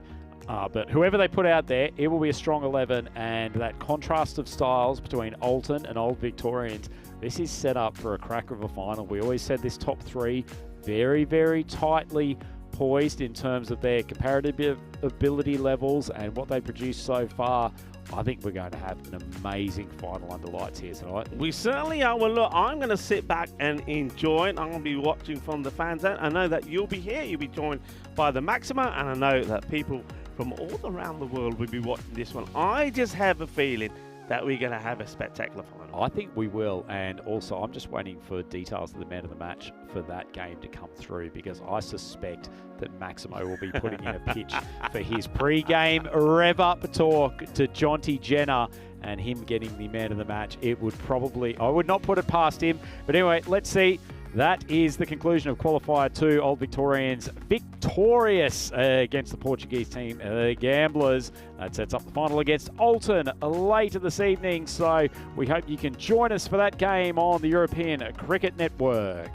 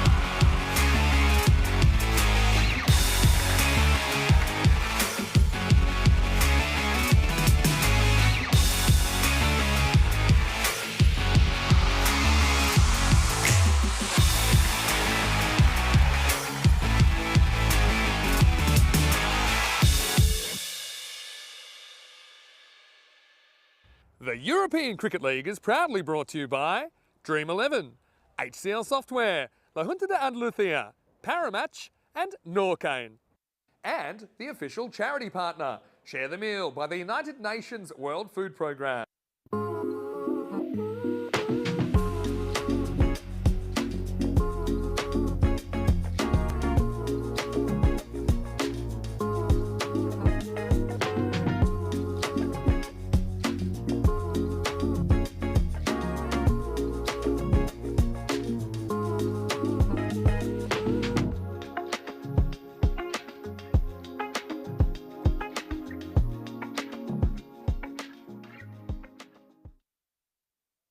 Hello to you, wherever you're watching from around the world, and welcome to the Group C final. I'm here, got some of the crowd behind me. You guys having a good night here? We are having a very, very good night. And well, let me just say, it has been a very entertaining group so far. So we started with 5 teams, 4 made the final, 2 have made the ultimate final, the ultimate game here. We have Alton from Switzerland, the Swiss champions, taking on Old Victorians of Jersey. Now I'm trying to work out what's happening with the crowd here. Who's going for Alton in the final here? Any Alton supporters? I got a few Alton supporters. And how about Old Victorians? Okay. Well, I can tell you, the supercomputer has this one really close. Why don't we see what happened at the coin toss a little bit earlier when Ian Ramage had the 2 captains? Let's see who wins the coin toss for the final. Alton, you're the home team, you will toss the coin. Old Victorians, you're the away team, you will call. There you go. Norcane. Norcane's been called, oh. And it's come down, Norcane, so you've won the toss. We're going to have a bat. Okay, toss from Old Victorians, who's going to bat first? So the news from the toss, as you saw it there a little bit earlier, was the Old Victorians. They've elected to bat first. Makes sense. They put a lot, and I mean a lot of runs on the board earlier on, 192, and they swept Gamblers SC of Portugal aside. And remember, the Portuguese club, they finished top of the table, but then they went out in straight sets on finals day. It can happen. Always had a bit of a feeling that Old Victorians would find their run at some point. They've done it on finals day. How about the centuries? 2 of them so far. Will there be a 3rd in the final? In fact, we almost saw 2 centuries in the same game. Alton, though, they're certainly a very good team. Mali Stanikzai, watch out for him. It's almost time to get ready for the anthems. Let's get ready for the players to come down the stairs.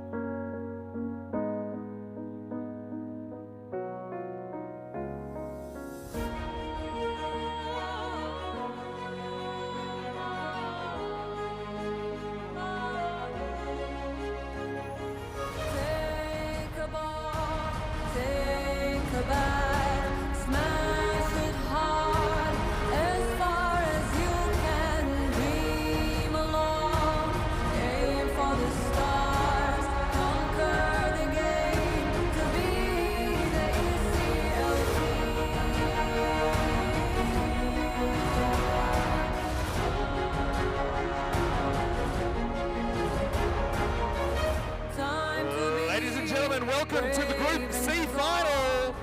Welcoming onto the field the 2 teams led by the on-field umpires, Nilkesh Patel of Spain and Joseph Foster of Czechia.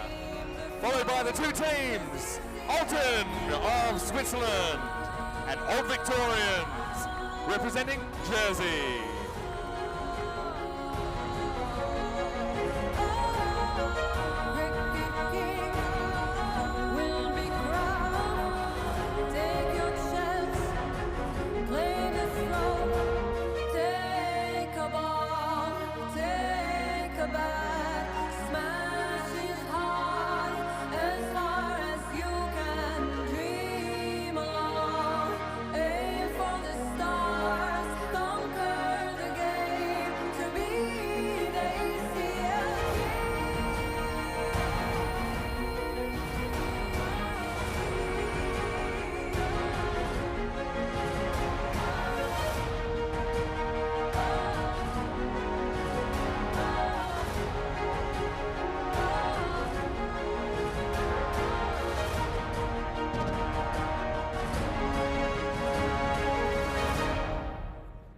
Two teams will play, but only one can stay. It's the Group C final between Alton of Switzerland and Old Victorians of Jersey.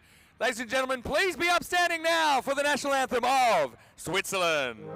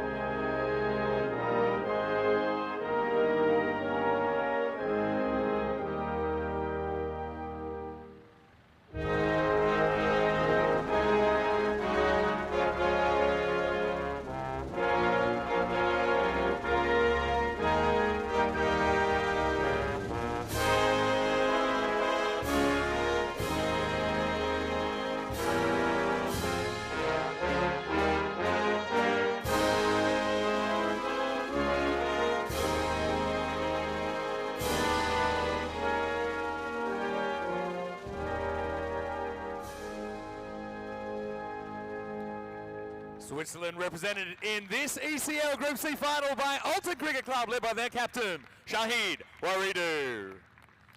Please remain standing now for the anthem of Jersey.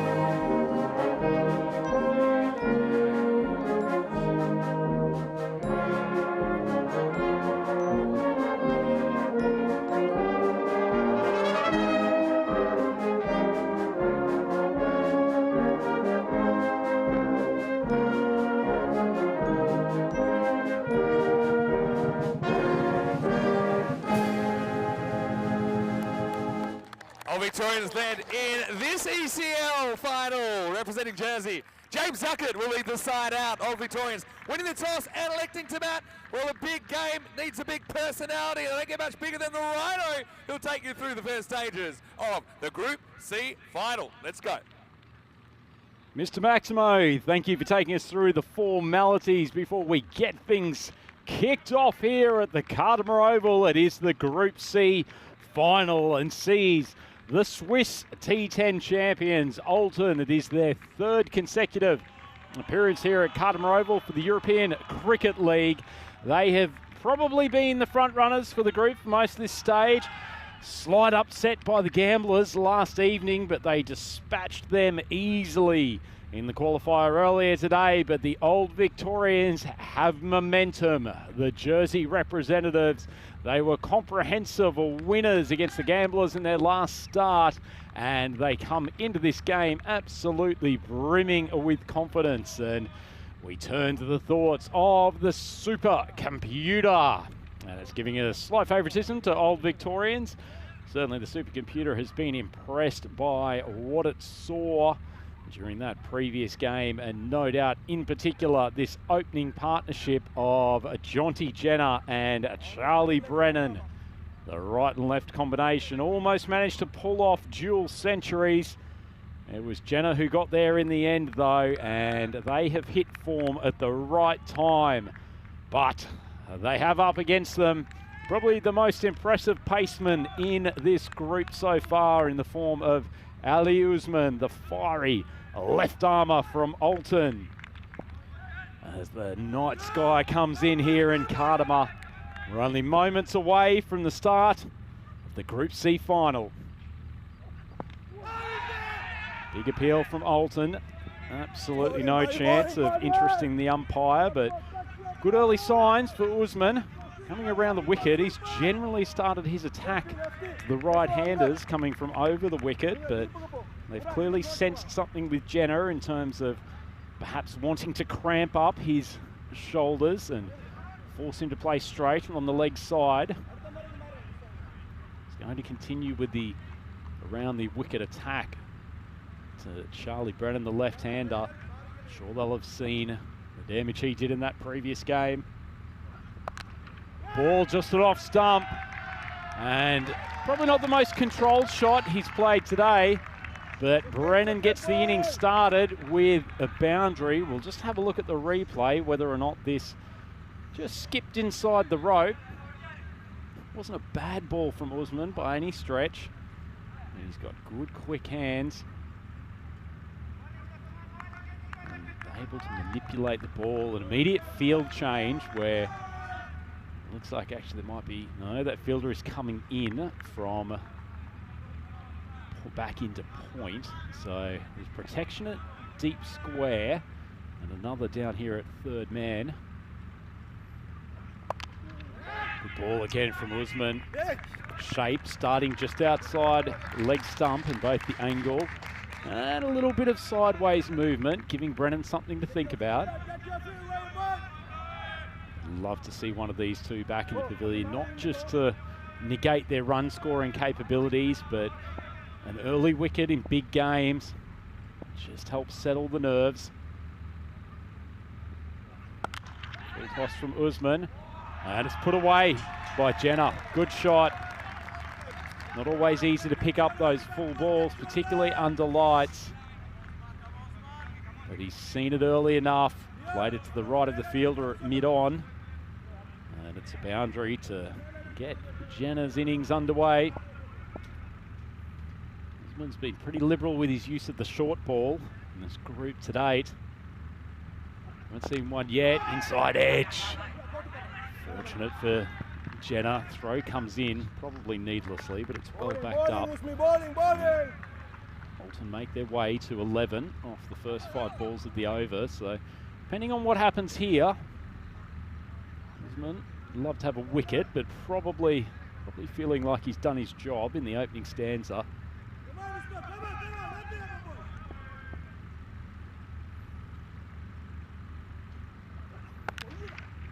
Full ball on the toes, but Brennan strikes it straight down the ground with a minimum of fuss, and the left-hander looks like he is in good touch. That's the end of the first over, and the Old Victorians 15 for none.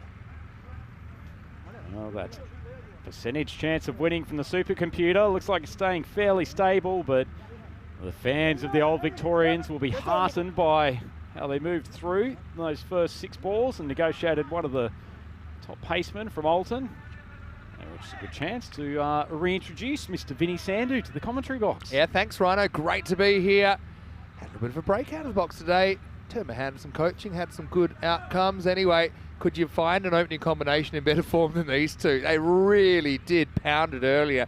Can't remember them giving a chance either on the way in that opening partnership. Can you remember what you said to Jonty in between games that seems to have transformed his tournament? It's classified, but anyway, decided to up my prices. Old Victorians, 51% at the start of this one. That's the way it stays after over 1 as we get ready for the start of the second over. It's going to start with another boundary. Jenner gets a full toss from Malia Staniczai and he clips it away. Ordinary ball from Staniczai. He's one of the best players in the tournament so far, and he's, along with Usman, being the major weapon with the ball for this Alton team, but starts with a full toss. Oh, I've got Charlie Hunt. He's giving me a little nugget on Jonty Jenner, by the way. Did you know that in July 2017, he was a substitute fielder for Stuart Broad during the first test between England and South Africa? So essentially, we've got someone that's played in a test match out there. Oh, that is the class that has had him noticed by England selectors. Beautiful shot, Staniczai putting it in the half volley range, and Jenner straight back over his head. I'm not sure if he had much impact. I don't know if he'd be persona non grata in Australia, aka Gary Pratt. But anyway, this one just lands inside. At night it does get a bit blurry. Something they'll probably stick with the on-field call. Didn't see the right move. Yeah, I don't think there's... Oh, yeah, they've given it 6. They reckon it's got a piece of the rope. Okay, yeah, so... fair call. Yeah, Maximo time. That was pure, though, from Jenner, wasn't it? Straight down the ground. Such Simplicity to his batting at the moment. Those inspirational words from Maximo during the middle of the day. Just clearing his head. Standing side, 10 off his first 2. Bit of pressure turning on the young Swiss star. Drifts it on the leg, great shot. Jenner just too good. Ball just on middle and leg, steps cross, flicks it off his hip for a boundary. Yeah, good shot and the right shot. I think sometimes that's important, choosing the right option, and that seems like something that these two are doing. For all of the funkiness and your footwork and your pre-movements and your premeditation, sometimes you got a good technique. In this format, these things, you just sit there and hit it. That's what they're doing at the moment. That'll be another boundary. Well, there's not a huge amount of life in this Alton fielding group. They haven't had too many balls come to them on the ground as Jenner and Brennan have had their way with the pace attack to date. Seen plenty of runs scored in the power play between all of the teams in this group. But the Old Victorians, the longer that these two stay at the wicket, the greater their chances of winning. Need the breakthrough here. Decent ball from Stanik's eye. Forces him to defend just straight down the ground, and they'll scoot through for the 1, but the Alton will happily take a single at the moment. Yeah, you'll take it. But I think they want more. I wonder how many they need here. We saw a crazy final, didn't we, in Group B, where Huddinge of Sweden put 100 up in the first 5 and ended up losing the game. So a start can only get you so far. These are the 2 top teams from the group, and they're both playing with a lot of confidence. Certainly are. Particularly the Victorians, it feels like there's just been a linear increase in their adaptability to this format over the last few days. Stanik's side, good Yorker. Not sure what on earth they're appealing for, but either way, Brennan's been beaten, all ends up. End of the second. Yeah, they lead the league in appeals per 10 overs, Alton. That'll be the end of 2. It's 34 with that loss. This would have knocked a 4th stump out of the ground, though. He hits the ground, so that was the noise. It's a long way from actually taking the edge. But still a good finish as the sun goes down on quite a sunny, pleasant March day, I suppose that we're into now. It's time to have a look at that championship week lineup, and we'll add a name to that tonight. Certainly will. I think this is going to be an absolute beauty of a game, Vinny, and I know a lot of our viewers are very excited about seeing these 2 teams both come in very good form, mixture of explosion and discipline. So Usman on for his second, drifts onto the toes. It's well played, might just hold up in the heavier grass in the evening. Well run. I mean, they do the little things very well as well, don't they? The running between the wickets, they've got those fundamentals there. I suppose being able to come from a more traditional cricket background. Usman comes back for his second over. He's looking a bit tight, looking a bit like a guy that's gone through the ringer, of course, into match number 6 in 3 days. Interesting that he's persisting with this around the wicket line to Jenner as well. I know they're keen to keep him up tight, but Jenner's so good at getting his back foot across, manipulating the ball on the leg side. Doesn't need to manipulate that. It was straight into pulling range, but a little bit of extra spice from Usman. Jams him, just a single. Good to see Birdie in the chat, and a fair few of the Hornchurch faithful tuning in. I'm sure it's true for Gina Brescia in Italy as well. I'll be watching out to see who they'll be facing in Championship Week. See, George Hankins as well had a very good final. Had to dig deep, did George. It's only 3 days ago, feels like 3 months ago, really. Here we are again. Usman gets upstairs. Brennan tries to take him over mid-wicket. Moral victory for the bowler, and feels like he's just arching his back a touch more in this over, Maximo. Yeah, well, as we learnt from the Ashes 2023, moral victories will only get you so far.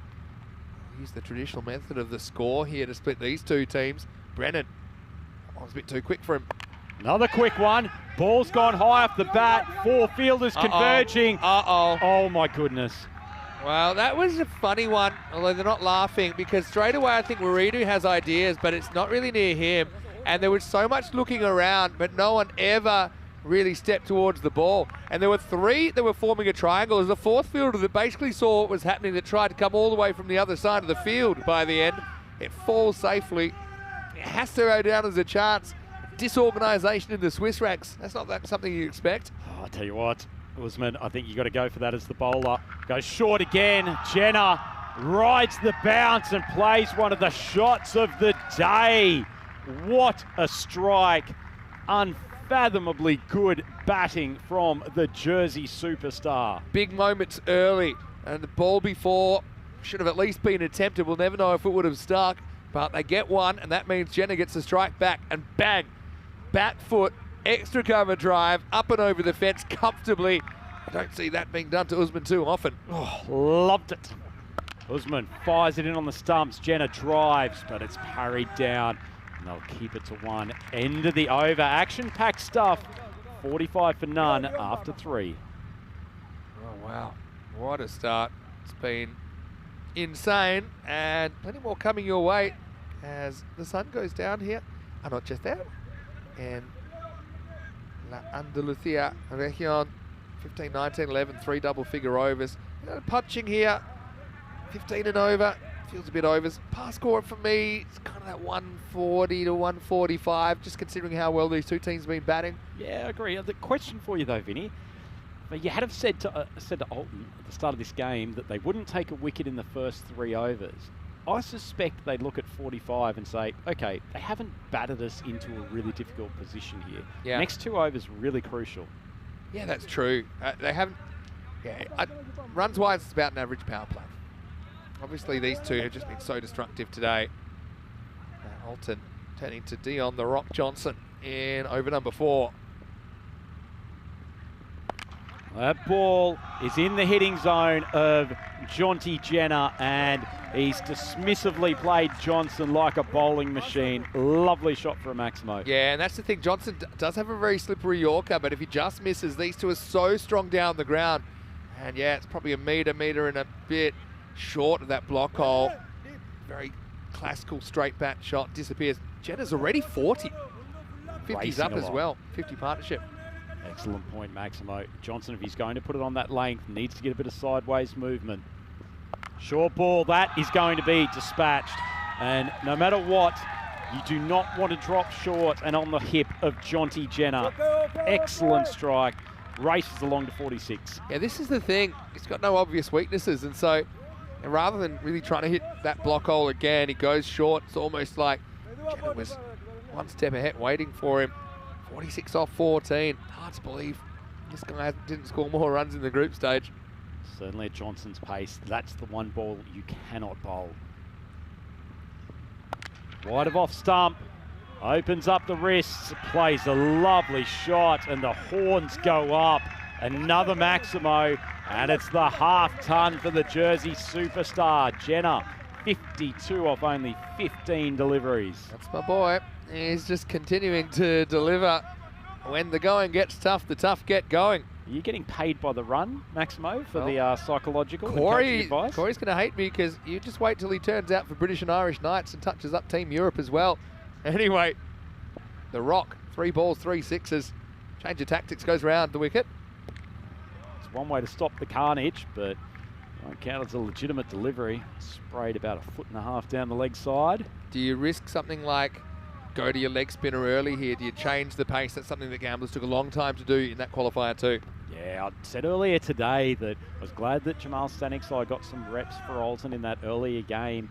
I have a feeling they will need him at some point tonight. Runs on the toes, just neatly clipped away, and the cruel punishment of Johnson ceases for at least a ball. Yeah, thankfully. But I don't know, I've seen a team get 100 in the first 5 and lose fairly comfortably actually in the Group B final just 3 days ago. We've had twists and turns in every final so far. I still think there's a few to go in this one. Be surprised to see Rahan Staniksai come on next over, see if he can come up with one of those corky Yorkers that he's delivered on a few occasions. Good ball. Brennan, for all of the boundary he's hit today, 10 off 7. If you're Retire him? Alton, you just want to keep him on strike as much as possible, except that Jenner is basically a flamethrower at the moment, and just see if you can get as many balls at Brennan. Yeah, get what you're saying. Yeah, good line from Johnson. Good finish from the over. Brennan may not like it, but that's his weakness. The width outside off stump, because that front foot doesn't get across. End of the fourth, and Old Victorians 65 for none. Still a very good start. Expected score 160 here, and certainly getting the best of the first 4 overs of Victorians, Victoria College in Jersey. That's where the name comes from. That's where Jenner scored his run so far, really. Pretty much everywhere. No real cuts there, but they haven't really bowled there to him either. He's in scintillating form on finals day. Yeah, he certainly is, Vinny, and as you mentioned, there's just no obvious weakness there. Most players within this tournament, once you've seen them enough, you can probably work out whether or not it's a weakness or certainly an area that you can contain them.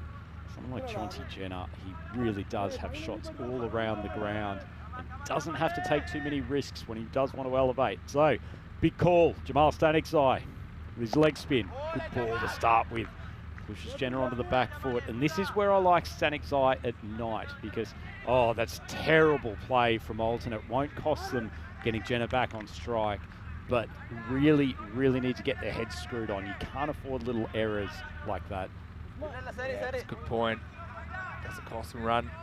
Maybe just a bit of nervous energy flying around. Okay, left hand to Brennan to Jamal Stanik's eye. Changing the rhythm of the game here. Yep, lovely shot from Brennan. Really, really good. It's probably the harder matchup for the leg spinner in a way. Pushed the ball wide, but Brennan stretched his arms and struck cleanly.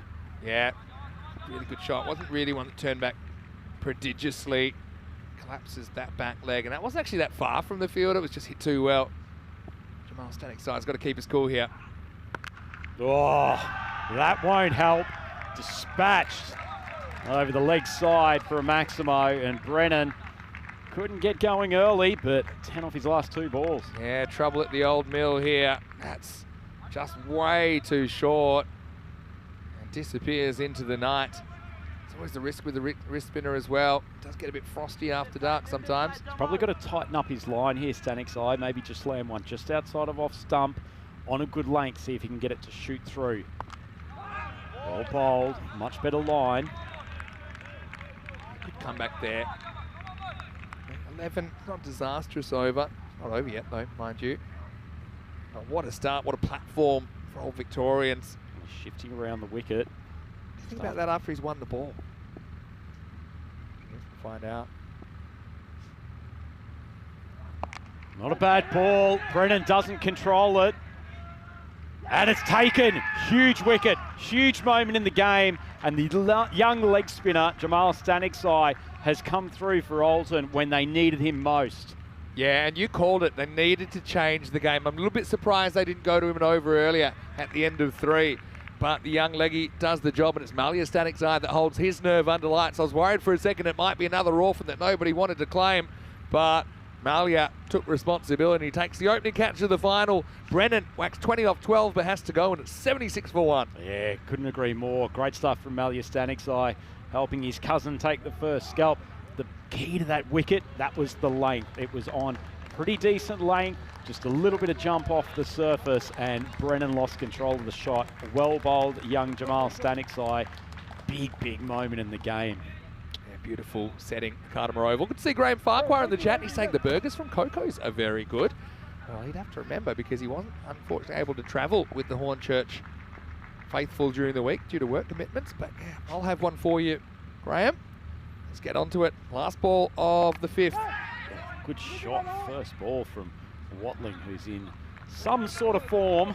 And so he gets off the mark. And the end of the 5th over, Old Victorians, 77 for 1. Yeah, walking stick 77, and yeah, they do get that initial breakthrough, don't they? And that is so important, just to try and stop the bleeding. We saw even more runs on the Group Finals night, Group B Finals night, and then for that team to lose the game. So Vinny Sandu here, Mr. Maximo, with Andrew Ryan. Great to have you in the box for your first final in a while. Might have been the last time we were up here together for a final was the Demolition Derby. It was when Drew batted the Forfarshire guys from Scotland out of the final last year. So we've seen some action under lights. I'm sure tonight we'll have plenty of thrills and spills. We got to see 1 or 2 Maximos that night, didn't we, Vinny? As the boys from Drua put on an absolute clinic and probably the best power hitting I've ever seen. I think we've got a classic contest on show here today. I'm actually, for the sake of the game, I'm happy we've got a wicket there too. Good to see things change up. And James Watling come to the crease. He's been excellent for Old Victorians. Yeah. Can he reproduce the magic? Wasn't he great? And some people a bit worried he might not be able to reproduce last night when he struck a nasty blow, received a nasty blow on 91. He did go on to make his 100, and yeah, it was the first 100 of ECL 24. Since then, we've had another today with Jonty Jenner. I'm sure that one of these two would love to make a big score. At the moment, Jenner's already a fair way to back-to-back centuries, which is something we haven't seen so often on the network. I want to welcome everyone on our international broadcast partners as well. Of course, we've got the comment section. Just look us up, European Cricket Network, and we've got people chatting with us live. We'll do our best to see what's happening in there as well. But there's something unique and special about the European Cricket Network.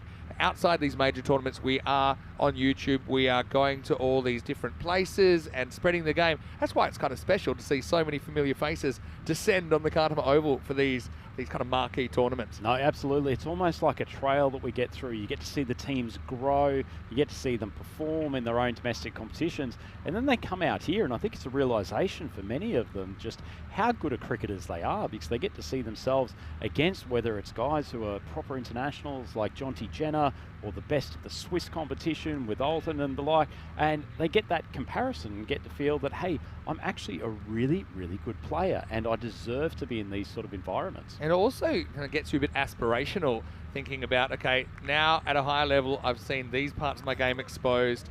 This is what I need to do to get there. And I think that's really important. I've got to say, it's quite an interesting moment as Giles was walking up the race to take his spot in the dugout.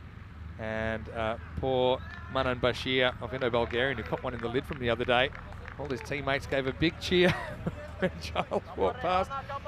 Anyway, Been a few cheers for players getting struck, as we've just seen is that Ali Ali Usman. Usman. He's bowled out his 2 overs and he's gone off clutching his hamstring. We saw him labouring, didn't we? Yeah, well, at least he's gotten through the main body of work that he needs to already. Rayhan Staniksai, big early left armour. He's had a sensational tournament with the bat. Okay, while we're here, Rhino, I do have a bit of a shout out. I know that I've been told that James Lequiro is watching. He is a guy who helps out at the club and plays down the grades a little bit. Unfortunately, couldn't come to Spain this time, but he is watching. So, hello, James. I know who you're going for in this final. Balls called wide.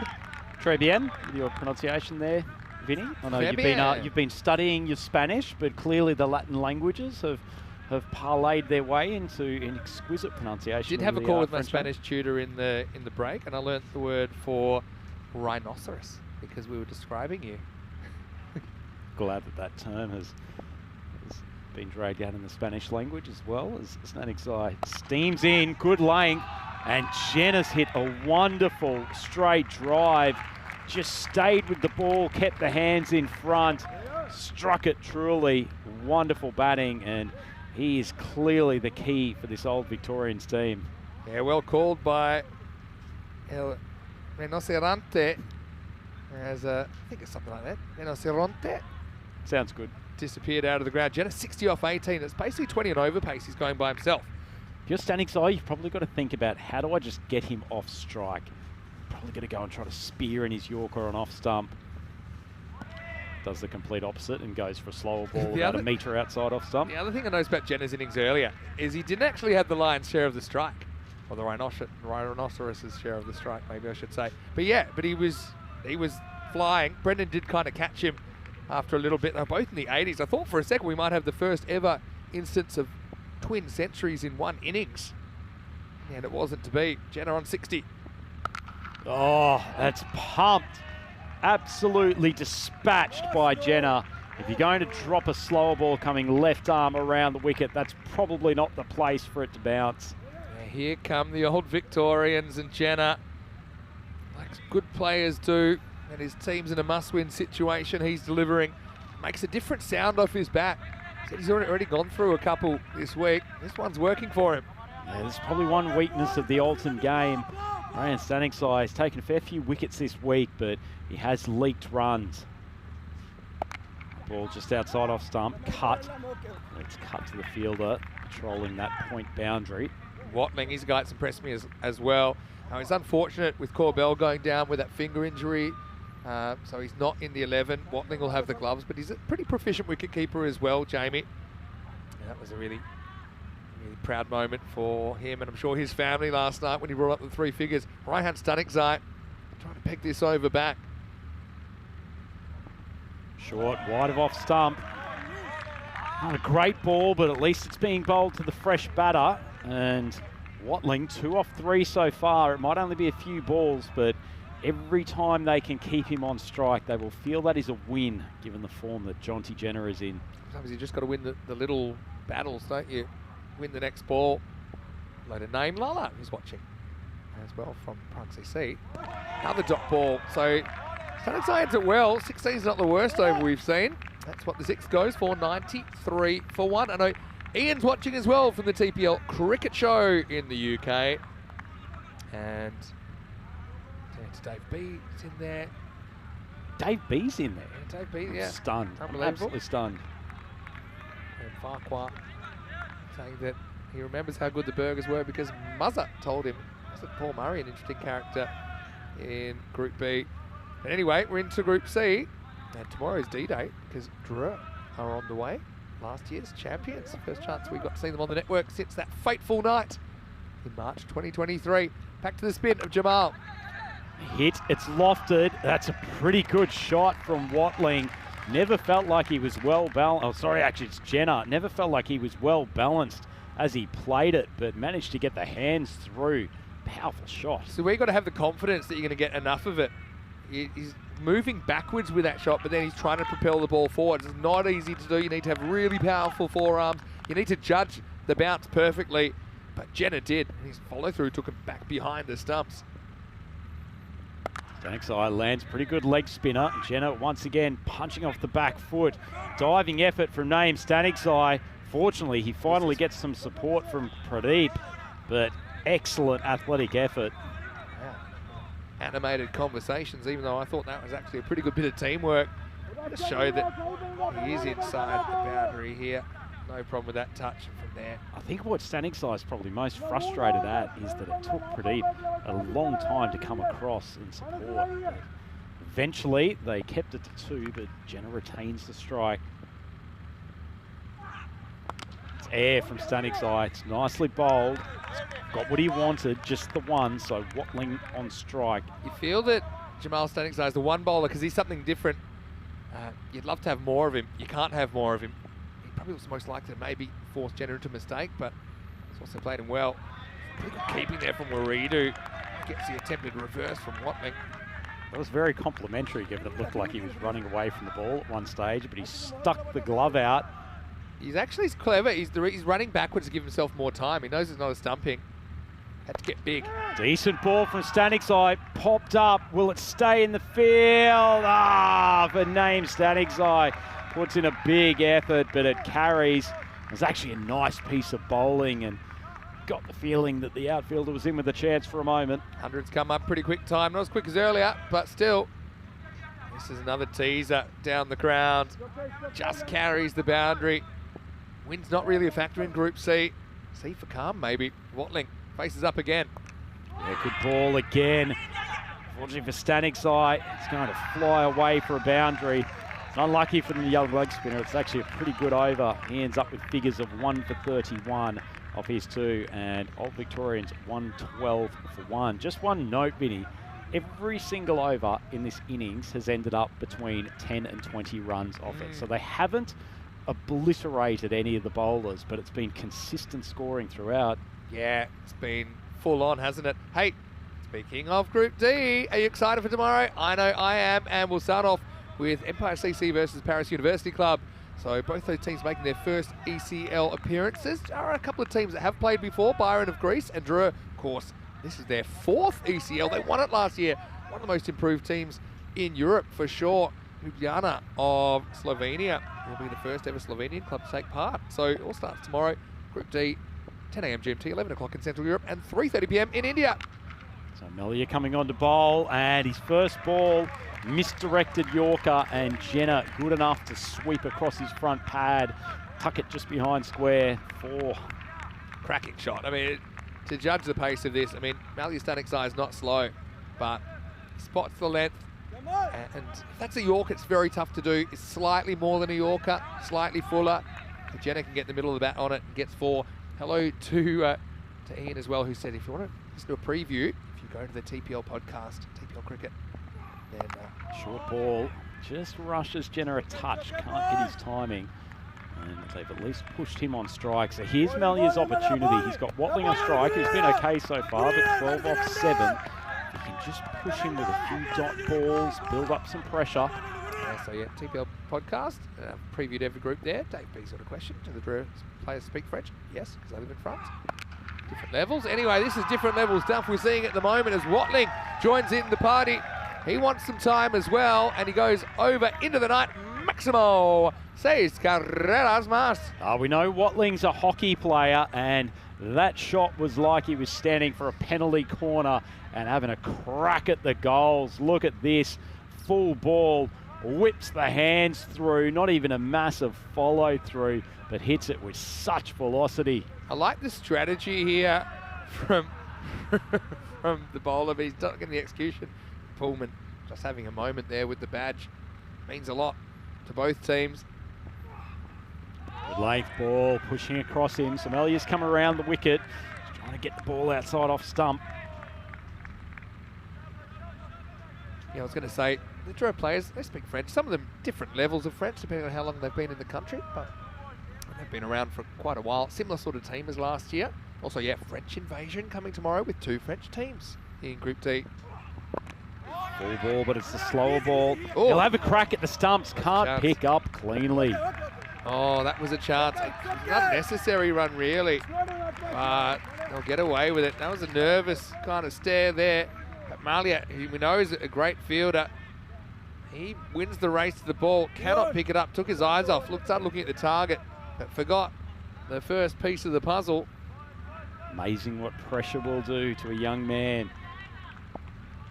Jenner versus Stanic's eye. It's probably the battle that could have defined this game.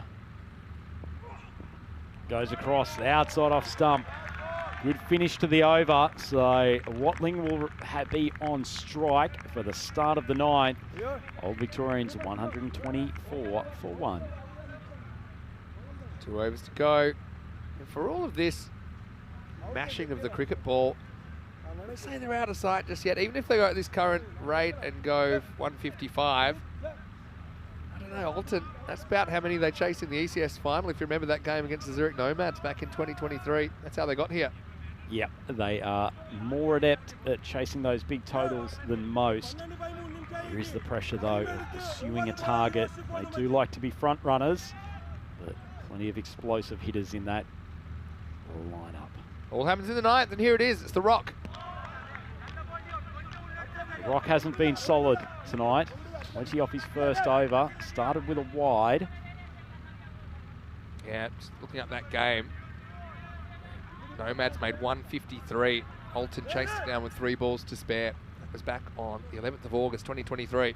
They know how to guts out a win. I think this is a good move, actually. I was about to observe that it's dangerous with this line, that they had no third man on the boundary. It's just changed. Oh, it's a catch that's gone down. Murali Yanasekaram, normally such a secure fielder, had to elevate to his right. Not the tallest man in this Alton lineup, but genuine chance. Shot out of control off the bowling of Dion Johnson. He just didn't get a good pair of hands to it. Not what you need at this stage. Jenner back in the hot seat.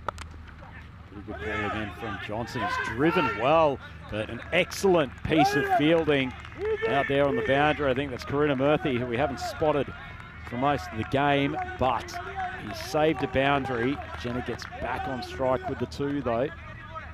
Yeah, 83. Some effort, wouldn't it, if you could bring this up.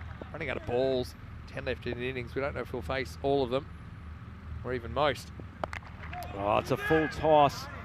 It's going to be hit to the boundary. Probably going to be a close call whether or not it's a no ball. Yeah, it's borderline, isn't it? My feeling is it probably okay. Jenna's saying, yeah, I don't know. It's probably in the middle. Let's have a look at the replay. He's not the tallest, is he? Oh, let's go back one frame there. We'll get a look on coming in. Yeah, probably just okay. Probably hits it marginally below the waist and still dropping. So it'll just be 4 runs. Good call from the officials. They've been good. They're very busy. Yep, I agree.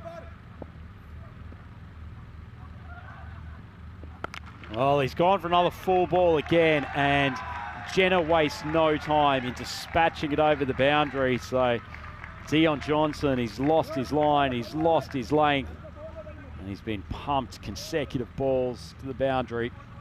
Yeah, he's certainly odds on now for me. Never want to talk about the C word on air, but he's into the 90s. He's not looking very nervous. Jonty Jenner, 93 off 29 balls. 2 balls left in this over. It's a pretty decent ball from Johnson. Unluckily, though, it's beaten Ganasekaram. He's had a tough over, and it's flown away to the boundary. So 2 4s and a 6 in the last 3 balls, and Jenner is 1 shot away from a century. Oh, well, Jonty Jenner, star student. Go back-to-back on finals day. What are his figures in aggregate post his Maximo talk? I'll tell you after this ball, because I think we might have a milestone here. Out of control shot, flies in the air, Karuna Murthy under it. He takes a good catch and he cruelly denies Jenner back-to-back centuries. But finally, Dion Johnson lands one in the right spot. Out of control, and Karuna Murthy makes good ground coming in from the point boundary. Takes a very neat catch. Heartbreaking one way, but also got to realise what he's done for his team here. Potentially, he's set up a win that can bring him back to the Cartmore Oval. But yeah, 97. This one just outside half of the bat. He's going to get a very good reception as he walks up the stairs. Jonty Jenner, 97 off 31 in the Group C final. Sure, he'll be warmly received by his teammates as well. It's the end of the 9th over as well. 142 for 2. Feels like this game is on an absolute knife edge at the moment, Maximo. And the other tragedy of him getting out there and then is that he missed the aggregate double 100 post his psychological session with Maximo. 198 off 59. So still a decent return. Pretty much that's basically 200 off 60. Yeah. So imagine that's 10 overs. He's faced 10 overs and basically hit 200 today. He's going okay.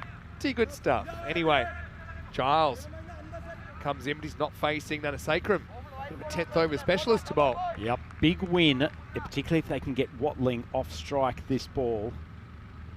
Short ball outside off stump, flashes, but it's called wide. So if they can get Watling off strike this ball, compared to Jenner potentially standing there and obliterating this last over for 30 runs, they fancy their chances more so with Giles on strike. 150s it's looking like at this stage. Interesting total. Very, very interesting final. We knew that this would be a fierce battle. Alton just keeping themselves in the contest. It's on the stumps, but it's a mighty, mighty blow from Watling. Well, he's not off strike and he's just pumped 6 extra runs to the Old Victorians total. Well, I don't think they're planning to spend too long in the 150s. 149 and climbing. He's a real slinger, isn't he? Talked about it earlier. Ganasekaram, his action can be a bit tough to pick up. It's back pushing out of lights, I imagine, but Watling didn't seem too perturbed as he just sent them one back over his head. It's a great start to this final over for the boys from Jersey. Tries to come around the wicket, spear the Yorker in, misses. So 2 wides from the first 3 delivered balls. The Victorians tick over to 150. Win the toss, bat, put 150 plus on the board. Back your bowlers in every time. Alton going to have to bat out of their skins to pinch this one. Big, big shot again from Watling. It's in the air a long time, but it has carried the boundary. And they have started with wide six off this final over. What a shot from this young man who has really become the X factor in this batting lineup. 32 off 13. Wide ball outside off stump, and that is sent over the fence again. Another Maximo. This could be the over that changes the equation up to the 160s, and Maximo, this is starting to get into scary territory for the Swiss. You're exactly right there. He does his best work after dark, doesn't he, Watling, as he just throws the hands at that, puts it in the jungle. Send out the search party. Nana Sacram's gone magical, and we're only halfway through the over. That's scary stuff. They didn't spend too long in the 150s at all. Swinging the 160s. It could be more. I think it will be more. Short of a length. Big swing. And he's gone again. What batting. What power hitting from this young man. It's another Maximo. And things have taken a turn for the worse for Alton.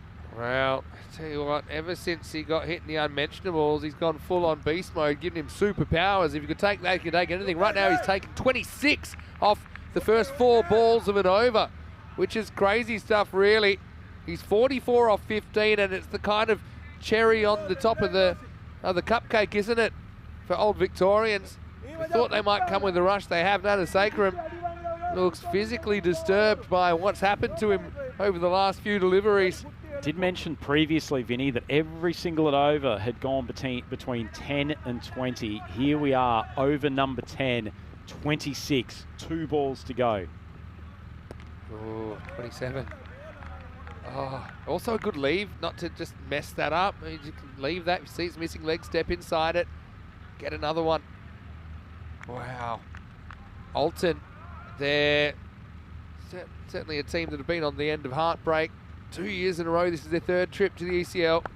Good ball, that one from Nana Sacram. It's flicked out to mid-wicket, and unfortunately for Alton, even the best balls are getting pumped now. Yeah, well, this is supersonic stuff now. 31 with a ball to go. We could have the rare more than 36. We'll probably only see that happen, I don't know, 15 to 20 times on the network, but still, this is crazy stuff. Final ball, Nana Sacram charges in. Full toss. Well, it wasn't a great delivery, but swung out to long on. They'll charge through for the second. Oh, crazy throw. It'll just be 2. 175. It's 33 off the last over. What a denouement for Old Victorians. And they stand and applaud in the bench. The job's half done. Watling brings up his 50 with that last delivery as well, of just 17 balls, going at pretty much 3 and nut. Wow, incredible hitting from the Jersey boys. Indeed, that last over had so many deliveries. Our over-by-over analysis can't even keep up with it on the website. But either way, that's a great finish for Old Victorians. Giles out there for a partnership of, 33? Yeah. Didn't have to contribute a single thing aside from a few words of encouragement. And Jamie Biff Tannen Watling has played an absolute curler of a late stage innings here, and Old Victorians would feel like they've got 1 foot in finals week. Really a good example of how quick cricket can change and how little things have a big impact. I mean, they look like they couldn't have hit a beach ball if you rolled along the ground at them earlier in the week. The same player group have now just looked pretty much unstoppable in this final, and it'll have to be one of the biggest chases we've ever seen if Alton are going to hang around. But having said that, they're that kind of team that could spring a surprise. They've got nothing to lose here in this second innings. I mentioned with Alton, they had heartbreak 2 years ago, finished top 2 in the group, went out in straight sets last year. They topped the group after day 1, were out on day 2 after a dramatic turnaround. Right now, it's back to the wall in the Group C final. It is indeed. They have got a challenge in front of them, but Old Victorians have put on a superb display with the bat. Once again, led by Jonty Jenner, falling just short of consecutive tons. He ended up with 97 off only 31 balls. Once ago, showing his class, hitting the ball to all parts. Had pretty decent support from Charlie Brennan. Wasn't quite in the same destructive form that he was in the previous game. And he ended up a victim to the leg spin of Jamal Stanixai, who was probably the pick of the Alton bowlers in this game. They couldn't get an early scalp between the two quickies. Maybe lacking that variety in the attack. You know, you'd love to have another spin option, maybe a left armer, something like left arm spin option, I mean. Usman probably wasn't at his best with his thunderbolts early as well. But yeah, Watling, didn't he put the finishing touches on? Yeah, well, you try everything you need to try to get to Championship Week. Mean a lot to this fairly young Jersey club if they were able to come back and replicate what Farmers did last year, winning their group. 97 for Jenner before he holed out, so it wasn't to be back-to-back centuries, but still, I think when it's all said and done, he'll be very satisfied with his contribution. Then it went crazy last over, Supersonic stuff. Oh, Watling belted the Grizzly to all parts of this Cardamom Cauldron. A phenomenal finish to the innings from him. He ended up with his own half century off only 17 deliveries. And Alton will be disappointed with the way they've closed out that innings. Only 2 wickets and 175 on the board. Stunning batting again from Jonty Jenner. He was eventually dismissed by Dion Johnson. A neat catch from Karunamurthy, and Jamal Staniksai managed to whip out Charlie Brennan with a neat piece of leg spin bowling, but ultimately Old Victorians very dominant with the bat. Let me throw a stat at you as we look at the scorecards, and you can see the contribution of the top 3 as far as the bowlers went. Well, it wasn't pretty, was it? But Staniksai, probably right, probably was the best of the bowlers. Ali Usman tried hard as well, number 25, you know, kept it in check. Dion Johnson with a wicket, but was expensive. Hey, when these two met back in the group stage, it was all the way back in match 7 yesterday. Alton hit 169 batting first, so they had a liking for the attack. This is just one big hit more than that. So Alton, we know the way they play. It probably won't matter that they're chasing either 176 or 76. They would have batted the same way. So if it comes off, could still have a game on. So don't write them in just yet. Old Victorians, though, certainly the happier of the two teams after 10 overs of the Group C final. And we'll see Alton chasing after the break. Vinny Sander here, Mr. Maximo with the Rhino, Andrew Ryan, and we'll both be back after this short break with more finals action here in the European Cricket League.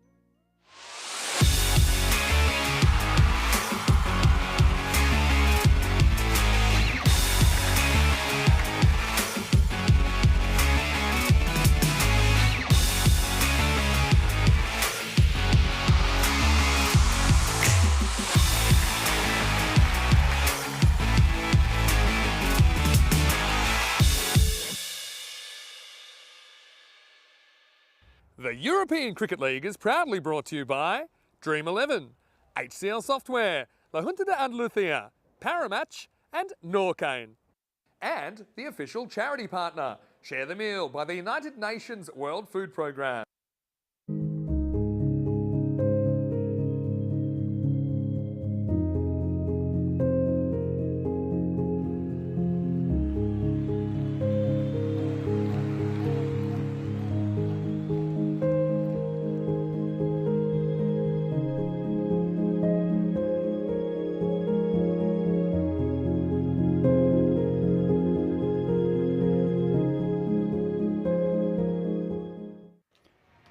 Welcome back to the Cartimer Oval, the field of dreams, as Rico Full loves to describe it. And it is looking like a dream-creating night for the Old Victorians based on their immense first innings total of a 175 for 2. But if there is one team in this group that could chase down this target, it is Alton. They have got firepower all the way down their order, and the big left-hander on strike for this first ball, Rehan Staniksai. He has been in incredible hitting form so far in this tournament. And boy, oh boy, Mr. Maximo, do they need an innings and a half from him. Yeah, they sure do. All about the start for me, 35 per 2 overs. That's the pace they're going to go throughout this 10. Louis Kelly's going to start with some spin. Love this move. Staniksai swings across the line though. Good contact and hits the first ball for 4. I like the thinking from the skipper though. Yeah. Staniksai feasts on various things, but in particular fast bowlers in the opening overs. Well, here's the thing. When these two met, Alton did whack 169. But if you think about Staniksai, he's got a really good record, Rehan Staniksai, in first overs against pace. He's constantly taking magical. Sometimes he doesn't survive to the end of them, but he's always getting his team off to a good start. He might slow this one down, and he does, and he gets cracked just inside the boundary rope, so it will be 4. But a nice early start for Staniksai, and it's all well and good bowling a left-arm orthodox spin, but he's drifted onto leg stump both times. He has, and Rehan doesn't look too perturbed, does he, so far? That was a bit of a gift. Unwraps it, sends it to the boundary. So how do you get, well, 17.5 and over? Normally that's 3 boundaries in the over. Maybe 6 and 2 4s, or 2 6s and a 4. So kind of that third boundary and over. I don't think 2 keeps pace. They've got 2 so far. Can they get the third one? Maybe this ball. But yeah, I do like the thinking. It shows me they've good cricket IQ. They've got good cricket IQ. The Jersey Brains trust. They also know that they've got James Duckett to bowl some off spin if they need to change things up down the track. Short one. And it's hit very powerfully into the Cartimer night sky and all the way over the boundary for a Maximo. Yeah, well, that's the third boundary we talked about. 3 balls, 3 boundaries up to 14 already. Yeah, I've got to say, I thought maybe you could go the captain James Duckett first up because you know you got the left-hander on strike. Sometimes you make a decision based on who's facing. And sure, they might end up switching, but I thought that was probably a better matchup first up if they did want a spin option. Anyway, Louis has to try and stop the bleeding here. Goes aerial again, and Staniksai punishes him for the 4th consecutive ball. Excellent start for Alton. I got a feeling this is a no ball. You know, we'll have a look at it on the replay, but he does swing it around behind. Yeah, that's high. Yep. It's going to be a no-y. So it's going to be a no ball plus 4, so a 5. And suddenly this is the start they were after. If we can get the rate down with like a supersonic start, get it down to 15s, well then suddenly it's game on. Free hit to come. Big questions for Lewis Kelly. Yeah, you wouldn't mind the skipper near him at the moment to just have a calming word in his ear. Staniksai shifts across the wicket, stops, pops, and pumps over the boundary. What a start for the brutal left-hander. Well, that is an incredibly good shot because yeah, you're right. You described it perfectly. It was slow, and I actually like what Louis does here. He takes all the air out of the ball, hopes for a mistimed shot, but geez, you've got to have some good eye to be able to do that, to readjust with the ball en route. And now suddenly 25, more than 6 a ball. in the opening exchange. Yep, things not going the way they planned. Kelly deciding to shift over to bowling over the wicket. That's a better line. That's really what he needs to do, try to get Staniksai hitting from wide outside off stump. They scamper around for the one. Tell you what, the way he's hitting it, I would have been inclined to almost say, let's just sacrifice they thought it. about it because it was an accidental kind of collision. But I suppose it puts him in prime position to face the next over potentially. Trunavukarasu faces up for the first time. You're never really thinking to take a ball either, I think. He'll want this. They bat deep. Kelly's gone for 26, trying not to go supersonic. And Iaso swings him down the ground. That's actually a measured shot from Trunavukarasu. Just goes with the loft, checks his shot halfway through, swats it straight down the ground. And that is a sensational start for Alton, 30 off the first. Yeah, it's a dirty 30 for Kelly, really. So sometimes you can have the right things in theory, but I suppose when you get out there and you put it into practice, it doesn't go your way.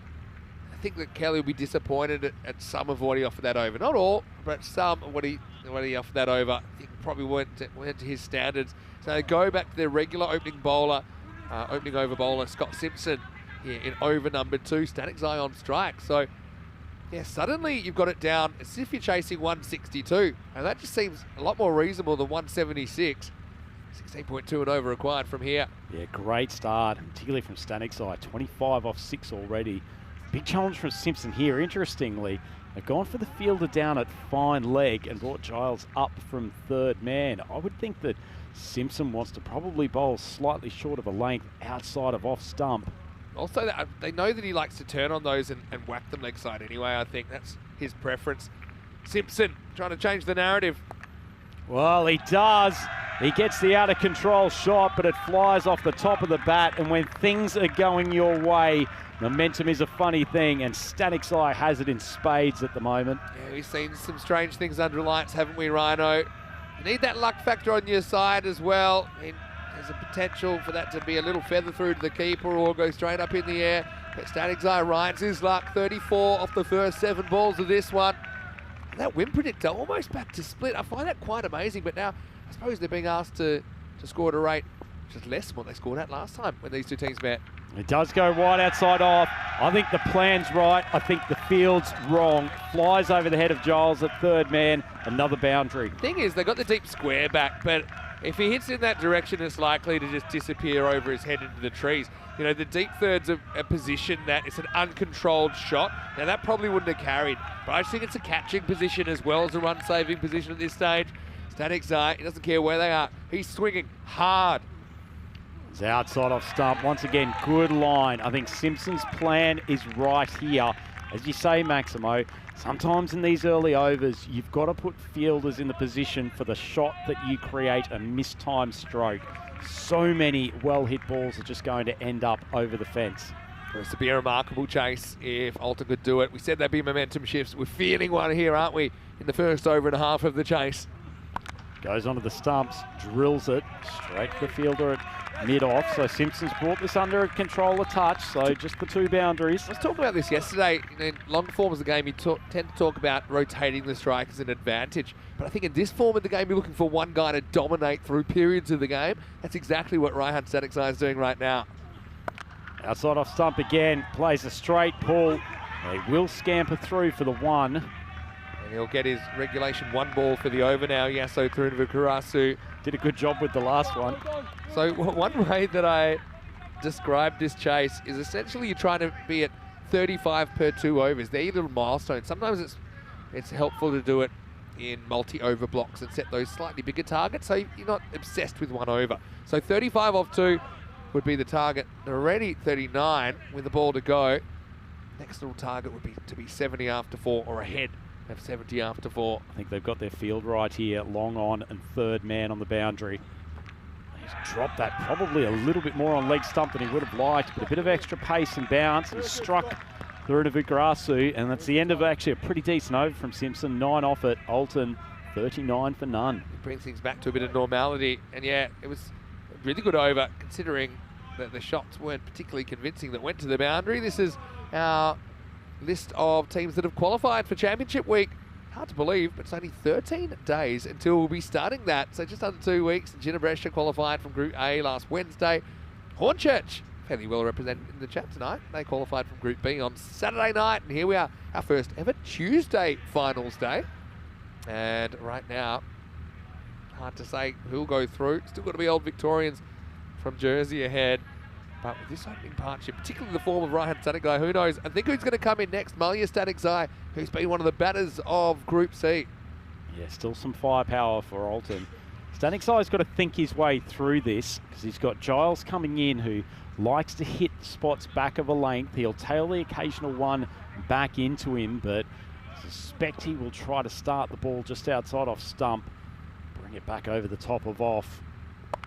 Wide, Static Guy takes the long blade. He's hit it with enough meat and it will bounce just inside the boundary. 4 runs. Yeah, signal 4 by the fielder, and I think he'd probably have a pretty good idea.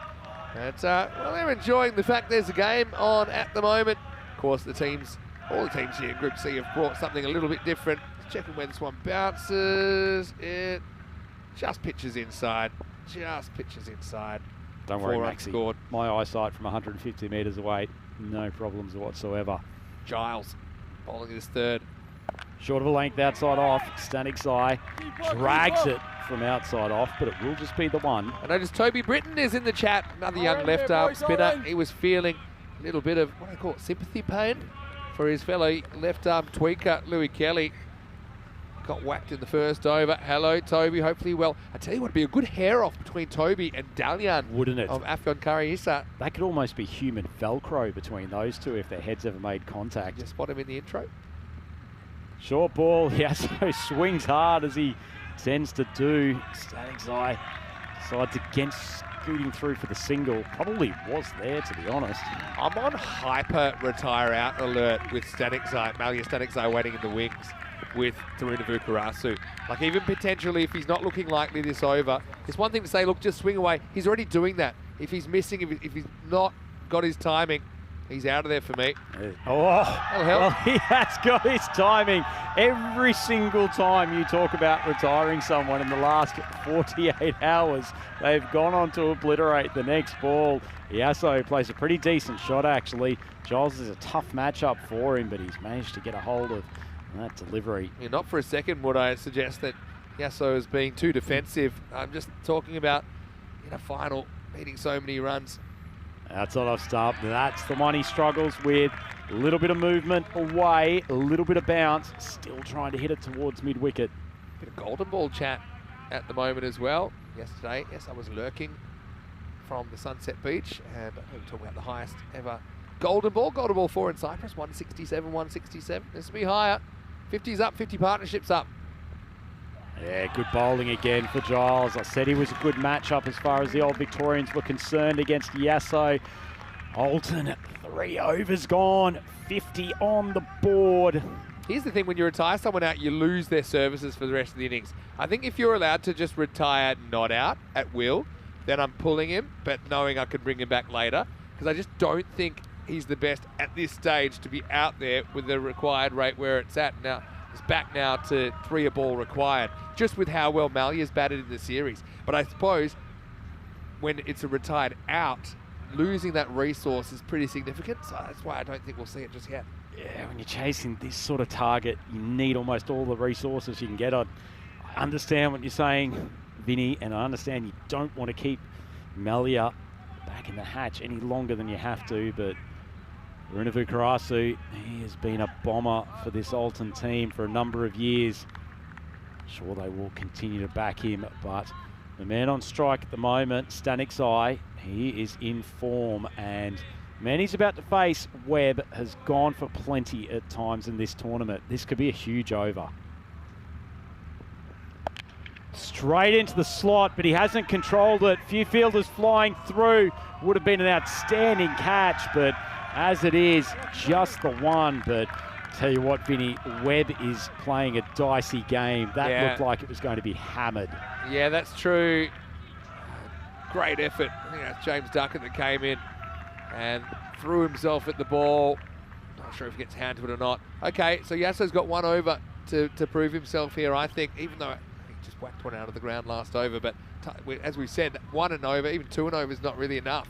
You need 3 boundaries and over to keep pace. I think this is a better matchup for him, though, than Giles. Giles is not the sort of bowler that he tends to go well against. Webb gets the inside edge. Pretty good Yorker from him, actually. Good Yorker. I mean, that's one. If you're going on look, you go, okay, that was a good ball. You know, I don't think anyone's really hitting that for 6. Unlikely, at least. There's Watling, who's doing the keeping. Unfortunately, Elliot Corbell suffering a finger injury in the last game. Wishing him well. Thought he kept very well. Watling does a good job, though, behind the sticks. That one was in his slot. He hasn't timed it well.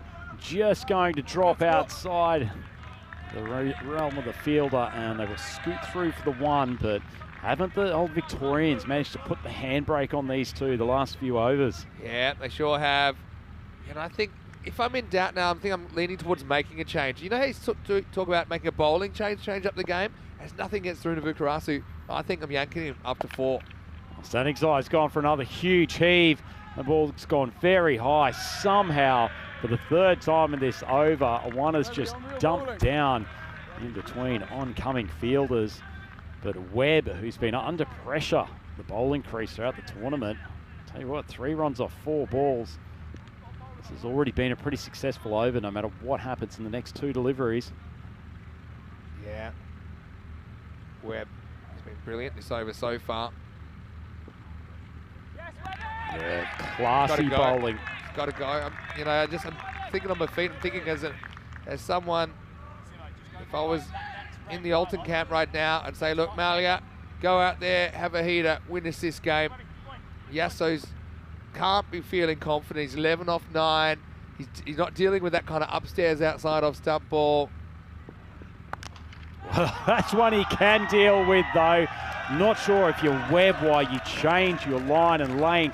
Keep on banging it in short and wide until he shows you that he can hit one, but a much-needed Maximo, and Alton just keep themselves in this game. Yeah. 59 for none. He's breadcrumbing me again. He's just the 6 saves him for sure. I mean, it's a great shot straight down the ground, and it just shows he can play with that straight blade, can't he? Thurunavukarasu, yeah, clears that front leg, but you're right, it was asking for it really. Slot ball. They're having a good time. They're not the only ones as we get to the end of the 4th over. 59 without loss. They need a couple of big overs, don't they? They had the one off Lewis Kelly to start with. Interesting chat. Mike Seal said bowlers win T10 games, and then birdies pipe back with, didn't you see Hornchurch chasing the final? But I actually think it is the English bowling unit that win that game by what they were able to do in over 6 to 10 in the first innings, keeping them to 38. Very true. And I think, yeah, it's true. Like we say, batters win your games, but bowlers win your tournaments. Anyway, here's Pullman. Starts with a Gundy ball down the leg side. A lot of pressure on this young man. They are believing in youth. Remember how Victorians? Remember how I said 35 per 2 overs? See, they're 10 behind now. They would have had to been 70 off 4 to be up to date with that. So now maybe you're just recalibrating a little bit. Pullman's a good young bowler. That's in static size area, but he's almost trying to hit the ball too hard now. You saw the big rotation. Head went up to the sky.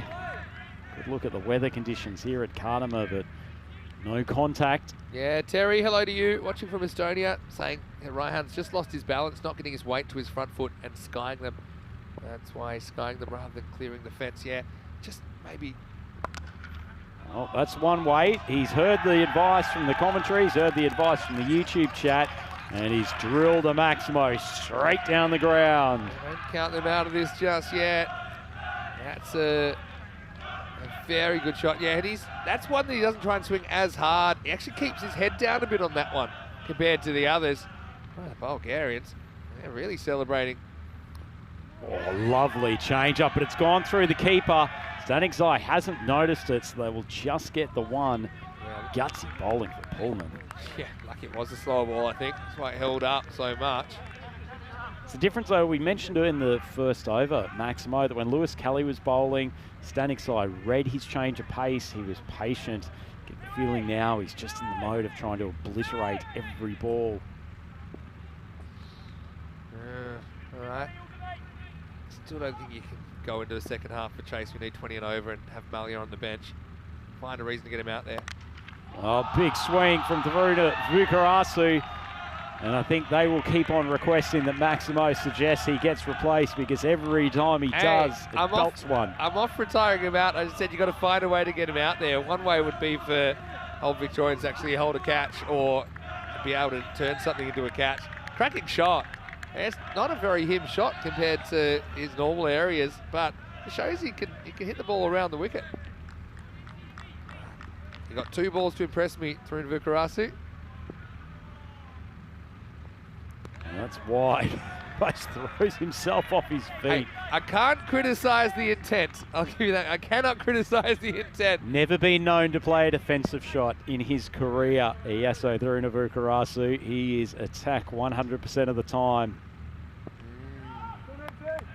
The old point of no return was 18 and over, where if the rate goes above that, rarely comes back. Those days are gone. Probably set at about 22 these days. Full, slower ball. Great over. Just drilled straight down. Still 1 ball to go, so don't get too excited about it, Maximo. Liking the fortitude to go to that slower ball. I think youngsters often think the answer's bowling faster, but that slower ball, he's bowled a couple of times. It's just upset the rhythm of these two. It's a good shout. Even if it does get pumped, at least you're giving the batsman a thought that you've got something different in the kit bag. Good over for him. Pretty big ball, this one. Static Sai loses his balance again, and Pullman wins that over, bowling the 5th, only going for 15 in the context of this game. Pretty good delivery. Yeah, well, let's welcome you into the commentary box then for the final time during play tonight. Vinny Sandhu, Mr. Maximo for the European Cricket Network. Got Andrew Ryan with me. Welcome. And yeah, great to welcome you for Group C. I'm going to make a hard call here. I'm pulling Iaso, and I'll tell you why. He seems to be getting 1 away and over, and at the moment you need someone to go out there and to hit multiples. And I know that sounds crazy. Maybe I am crazy, but one thing that I would hate to have is to let a game drift beyond the possible and to have a resource there that you haven't used. So that's why at this stage he's going at 2 a ball. Net, he's had 5 overs, but 2 a ball, that's 120 pace. Yep. Okay, and they need to go 175 pace. Raihan, I think he's done enough to earn a spot to stay there. You're not going to make a double switch. But just that's what I'm feeling at the moment. Maybe people would disagree. Maybe people would say it's harsh. But, I mean, there are no tomorrows if you don't win this game. Yep, you're not going to be surprised. I have an opinion on this, Maximo. I actually agree with you at this stage. Perfect time, we're at strategic timeout, 5 overs in. You've almost got to reassess where you are now. You need around 100 off the last 5 overs. Who are the 2 guys who are most likely to deliver that? And I think you're right. I think it's not just the form that Taruna Vikarasu's in for this game. I think the Old Victorians have worked out where he's more likely to get tied down. They're bowling reasonably well to a plan at the moment. I think you're right. Bring Malia in, that 100 off the last 5 overs. It's a big, big ask. You've got to ask yourself, who can deliver that for us? Yeah, and I also think sometimes as a captain, you've got to ask yourself, what would the opposition like less? And I think right now, you're right, they've kind of worked him out a little bit. Like I say, he's not doing a bad job. It's just he's doing an okay job, and okay isn't going to cut it with over 100 required in overs 6 to 10.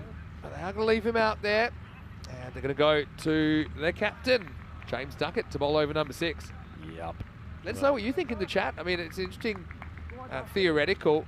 I think normally when there's a toss-up situation, human beings, the way our brains work, those that do work, normally you'll do nothing.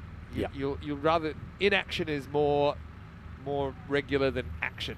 So that's why I think they haven't done it. And look, having said that, Taruna Vukarasu, he could just explode. He could go on a big run. It's just based on what we've seen so far.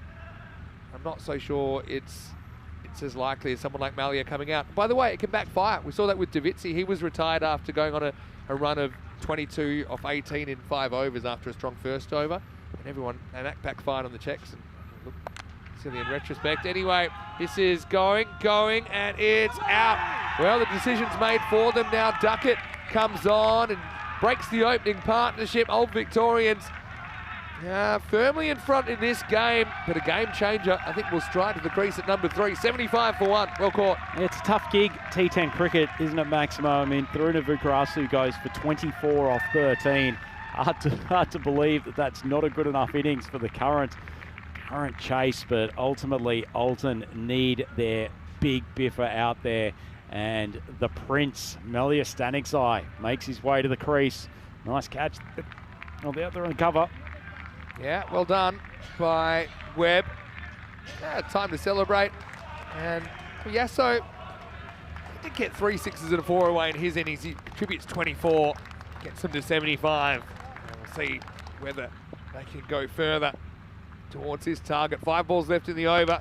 Malia pumps one, and it's got about 200 metres. And, oh well, that was a statement of intent. If ever I've seen one, righto, that's probably the biggest 6 all night. Should have brought him on 3 overs ago. Beautiful shot and a statement of intent for Staniksai. I think he will like this matchup of the off-spinner. In fact, I don't think he's ever met an off-spinner that he doesn't think that he could pump to the boundary every ball. Fastest hands in the group, I think. Staniksai. He's got this gap between point and third man as well, so if Duckett goes for the quicker one wide of off, it's pretty useful at opening up his wrists. Clever bowling in a way. You don't really associate him with cutting. You know, he's a guy that likes to snap his hands through the ball, maybe more of like a square drive off like a fuller ball. Has a good cut shot though. Pulls it out when he needs to. Short ball, swung away to leg. What timing, what power. And Staniksai has announced himself to this final. 2 Maximos in his first 3 balls. It's now or never. Yeah, I know sliding doors moment, we'll never know what would happen if he came out 2 overs ago, but he's come out, hasn't missed a beat. Melia Staniksai, huge Maximo into the night. The equation, 89 off 26, so Alton's basically halfway there, just a tickle over 4 overs. That's a pretty good ball. He's pulled out the helicopter. Jenner charges in. Not far off a catching opportunity. Pretty well fielded in the end. Oh, time to get to the chopper. That one, thought it was in the gap for a second. They've gone the Southern Cross field here, so pretty innovative. They've gone, they're very straight fielder, and then you've got the slightly wide long on and long off. Staniksai on 47, Raihan. Staniksai drags that across the leg side. Smart bowling from Duckett. They're just forcing him to pull balls from about 1.5 foot outside of off. He gets back on strike for the start of the over too. Every miss hit just seems to cost you more at this stage with balls running out. 89 for 1 after 6. So now they're 16 behind on that 35 per 2 overs that I was talking about. Tell you what, Ryan Staniksai, from a man who took about 30-something off the first over, ever since that point, they have managed to really mitigate his boundary hitting. Gee, there's some tension around this Cardimer Oval, Maximo. Malia, so weird. In 4 balls, I feel like he's the set batter. Just, you got to go with who's hot right now. Anyway, Webb's going to come back. This is a bit of a danger over for him, but... How happy would Corey Rutgers be seeing that Southern Cross field with the straight man in the deep? Staniksai goes big. He's finally made contact with one. Hits it for a Maximo. Is this the start of the charge? Yeah, brings up his 50 with that as well, off 21 balls. And you've been right when you said that he lost a bit of momentum. But you know what I like about this? He plays the right shot to the ball that comes at him rather than playing the shot in his head and hoping the ball's in the right spot. It's wide outside off. He throws the hands at it and he puts it over the point fence. Well batted, but there's still plenty more work to do for the Staniksai out there for Alton. He can hit shots all around the ground. Ryan Staniksai just been guilty of overhitting the last few overs. Oh, Webb gives him something that he'd generally be pretty happy with. Big appeal, and he's been given, so must have come off the glove. Watling takes the catch, and so Webb recovers from the first ball mauling. Yeah, this one bounced a bit more than he thinks, and it grabs the glove on the way up. Balloons up, and Watling has a simple catch to complete. So Raihan goes after bringing up his 50. Again, still batting to come. I wonder if they'll go with Karunamurthy next, who hasn't really been in the best form. You can see that one. Just got a bit big on him. No, it's actually the diminutive figure of Murali Ganasekaram, I think, coming out. I thought that's what they would do. That's a fair call from you, Maximo, although he hasn't had the greatest tournament so far. He's hit him better than Roshan. Wow. That's why I think he comes out. But it would have kept the left-right combination on. True, and true. Karunamurthy, when he gets going, he can find the boundary with regularity. A lot of pressure on these two, and particularly the incoming batter. 8%. Fading away, but still some sort of chance. Can Murali Ganasekaram get a hold of Webb here? Short ball, and gets a hold of him with a little underneath edge. Just goes straight through to the keeper. Yeah. I feel like this is a contest that Webb's liking as well. New batter. Guess he's earned that right by getting the fall shot out of Raihan. Get the feeling that old Victorians have just said, if in doubt, bang it in short outside off.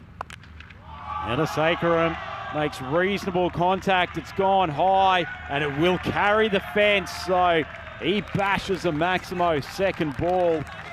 Boy, oh boy, just when you think Alton's out of this, they know how to keep themselves in touch. Yeah, I suppose it is a little bit slot from Webb if you want to be hypercritical. I mean, Murali isn't in yet. Could have easily hit it straight up. Instead, he hit it straight over the fielder. Full ball, Ganasekaram flicks it beautifully over the leg side boundary. Consecutive Maximos. Alton, they still believe 69 needed off 19 balls. Holding the rate at bay for now. Importance of that third boundary in the over. That's 18 of this over now. 3 sixes, there's a wicket and a dot in it as well. Murali has hit the ground running. Last ball of the over coming up. Oh, he goes high, hasn't got it well. Fielder coming in from mid-wicket, and he's fumbled the catch. They scoot through for the second. It pops off the turf, which means that Watling takes an extra moment to take the bails off. I suspect Murali will be safe. Maximo, take us through that ball. So much happening. Yeah, I mean, catching on lights. Have a look. He didn't ground his bat here. I'm just curious. Look. Oh, he's out. He's out. Look, that bat's not down. I think he's gone here. It's not good running from Ganasekaram. I don't think that bat's on the ground and the bails are gone. Look here. Actually, he's kind of obscuring it. Oh, at night you can't really tell. Maybe we go back to the main angle. But I just think you see the bat come down. And he is out. I spotted it live. He plonks the bat and you can see it here. It's not quite down. There's definitely night light between the bottom of the bat and you see it land, but the bail's off and Ganasekaram, that's wasteful really. Basic error cost them a run, but more importantly, it cost them a guy who had been hitting sixes. He goes 6-6, one and gone, and the score 108 for 3 after 7. Vinny, unforgivable error from such an experienced player. He should have been clearly safe. All he needed to do was stretch his bat out. What I don't understand there is I can understand the players being reticent when they're running on the turf because bats have been caught up in it. He's running on the artificial surface. Slide of the bat there would have been absolutely fine. Yeah, Galashan drops the catch, but only costs them 1 run. And there you go. Good, sensible decision from the umpires too. Yeah, and I think the difference there, there was one the other night with the night lights. It's sometimes hard, but you could see when the bat landed and the stumps had been broken by then. Okay, 8th over and they go back to Pullman. Pullman gets pumped. What a shot from Stanik's side. Do not count this Alton team out for so long that he is at the crease. Well, here's the thing. He's going to have to pretty much win this game on his own, you feel. That has gone so quickly to the boundary. Pitched about a metre and a half inside. Oh, wow. Need a magical here to keep that rate at bay. Floating slower ball. It's gone high. It's not well controlled, but it's gone so far. watching him at the crease, you felt that ball could just be popped up, and frankly, for most mortal cricketers it would have been, but Static's eye sends it 55 metres. Well, 16 balls left, you're 10 Maximos away from victory, and this is the kind of guy that could do something like that. Bounces off a giant inflatable ECN ball. I mean, you had to know that was going to be the slow ball from Pullman. Does he go back to it again? He goes on length. Melia will send his partner back. It's good no. There's still time to go in the over, and with all due respect to Dion the Rock Johnson, who we know can hit a long ball, I think that Malia takes responsibility to go after these 3 balls from Pullman. To be honest, if Johnson ends up this innings 0 for 0, he's probably done his job. Stankside gets the slower ball, tries to whip the copper. Not going to get it. Yeah, I think that's intelligent play. Good game. Hey, I want to say hello to Corey Ruckers, young viewer, who's watching from the Empanada Shop. Amazing. What do you know about Corey? I heard he's entertaining the senoritas down there. No doubt. With Don Mundo. Don Mundo is also tuning in. Well, Don Mundo, just give him a colouring book and you'll probably keep him occupied for dinner. Johnson facing his first ball. Full ball. Oh, that was one that should have been put away. Oh, Johnson got a bit of a gift, knee-high full toss. Hey, Group D on the way tomorrow. Don't forget Empire CC of Finland. Going to get us going against PUC of France. 2 French sides in that. Of course, Drew, the defending champions, are back as well. They'll open their campaign in match 3. Join myself as well as Corey Ruckers and Andrew Ryan tomorrow. I think Rico's got the day off. Same time, same place. Last ball, the over. Ball. Johnson, Don't it's almost the worst result for them. See, Johnson knows when we should be running there. And they will take 1.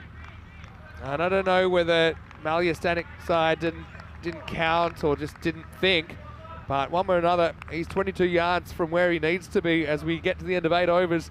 The score, 120 for 3. Yeah, full credit to Johnson. He knew what the right play was there. Very little benefit to taking a single at that stage. He really needed Melia back on strike. Funny thing is, look, they're actually behind.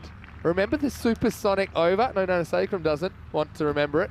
But tell you what, there's a few things Murali probably doesn't want to remember about this game. Getting run out, just trying to step over the crease. Well, they're the jilted lovers of the ECL. Alton qualifying 3 times. Each time they've got a sob story. They finished 2nd in the group, but then went out in straight sets on finals day in 2022. Last year, they topped the group after day 1. They were bottom after day 2, and they didn't even get to play in the finals. They finally make a group final under lights. They've gone for 175. They've been competitive. Now you need something really special. Kind of need, what would you say? You'd need almost something supersonic here. You need a miracle. Johnson misses the ball. He might be run out up the top. Yeah. They'll have a crack, but I mean, it's one of the all-time worst throws ever from Simpson. But what I will say is he could throw it because they're never taking an overthrow there. did he throw it with his right hand? Actually, he did throw with his right hand. Let's have a look at it. But what Johnson does well there. Yeah. So I noticed this earlier in the week. When he went for a run out, he was trying to spin to pick up the ball in his right hand. Oh, Melia! Whoa. He smashed that ball over cover.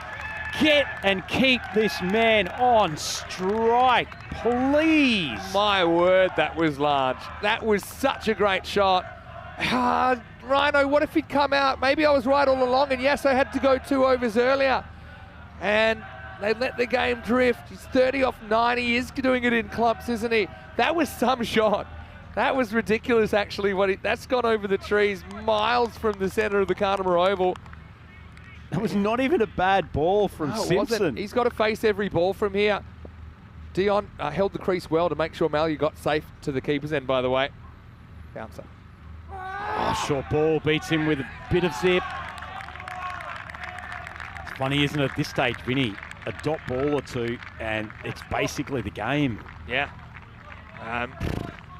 The other thing is you want him to face every ball, then you're just hoping maybe you can get like a wide in the last over and sneak the strike or something like that. Tell you what, they'd love a full toss no ball here at some I'd love stage. to live in the multiverse, the version where that 1% comes off, that the win predictor is telling us. Big He wide. can't run yet. Tough one. Yeah. So yeah, just going back to that little interesting aside from Simpson. Yeah, throws right-handed, bowls left-handed. I've actually coached kids like that. It's just natural for them. It freaked me out earlier in this week when, as I said, I mean, he had a quick run-out opportunity and actually turned away from what I thought was his dominant throwing well, up. I mean, if we want to go on the last throw I saw from him, maybe you should stick to the left. Anyway. Should have bowled it at the stumps. Drops it onto a length. Malia has spanked it out of the ground. Wow. There's that out. There's Jason. Wow, he's in the dark, but we can see you, Jay. Well, if they were a disco era Bee Gees hit, they'd be staying alive right now.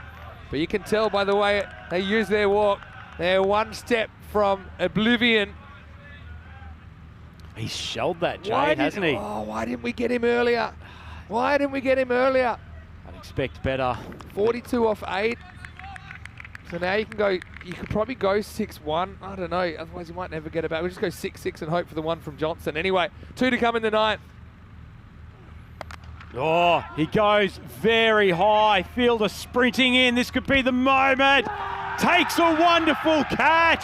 Jonty Jenner, the man of the moment, the man of the day, and the man who might have sealed a final spot for Old Victorians. The would-be hero Malia Stanikzai, his head goes down.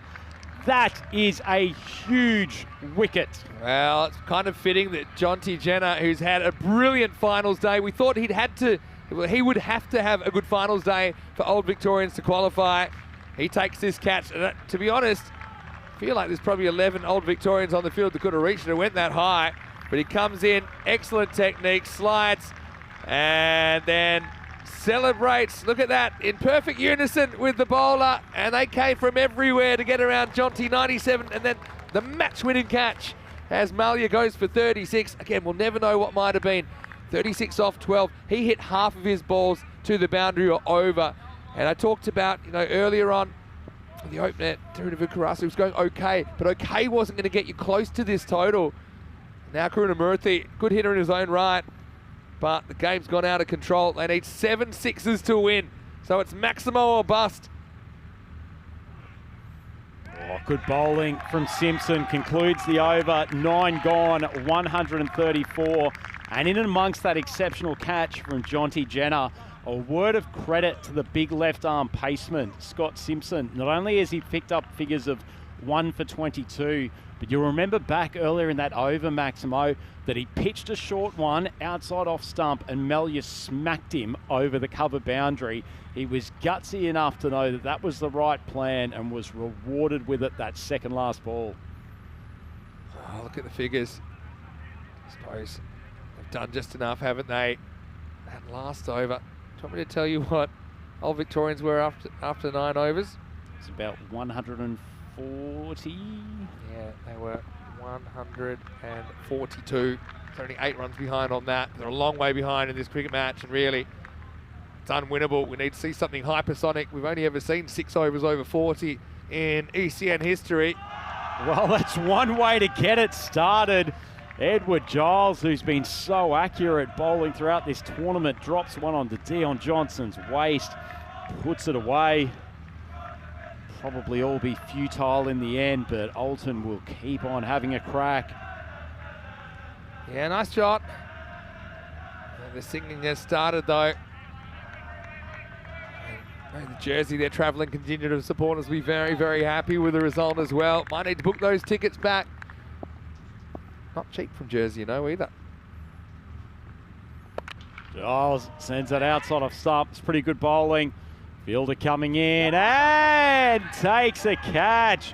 That is unbelievable. That is, I think, we'll have a look at on the replay, the second times that James Duckett has taken a catch today where it's bounced out of his hands and cracked him on the head, and he's taken the grab. Yeah, well, sometimes you've got to use the head. I mean, this is where I'm glad it wasn't a field like Dalian, in which case another fielder probably would have had to come fish the ball out of his salad. But really, it's time for Old Victorians to suck it up and enjoy. And once again, it's a bolter that comes. I cannot believe that it's cracked his head again. we've got to get the social media team to put these two catches together because he did exactly the same thing in the last game. I do say keep your eye on the ball, and Duckett takes it fairly literally there. Warita, the captain, comes out, but the cause is hopeless. Giles to close out. Oh, they need about another 17 of those, Mr. Maximo, if they're to get back into this contest. Unfortunately, Giles proven himself to be a really good closer for the most part for the Old Victorians. Man after my own heart with the ball, just bangs it in there or thereabouts on off stump. Forces the batter to make the running, but Warita lofts that over the mid-wicket boundary. Well-timed shot. Fortunately, 29 required off only 3 balls. This won't be Alton's fairy tale end, but they have continued to fight hard, and so many questions of what could have been. They've got a tough run back as well, Alton. High standard in Switzerland. A lot of teams that are challenging for that ACL spot. You have to go back and do it the hard way. Reedy swings across the line again. They'll scoot through for 1. They'll probably make 150 and lose here, Alton. What do you think might have been the story if that final over had have gone for 15? It's two such things a for difference. me. 2 things for me, and I got to say it. Malia Stanekzai looked the match winner, and he only ever gets the chance to bat half the innings. 12 balls. Yeah, but he only had the potential to play 5 overs in it, you know.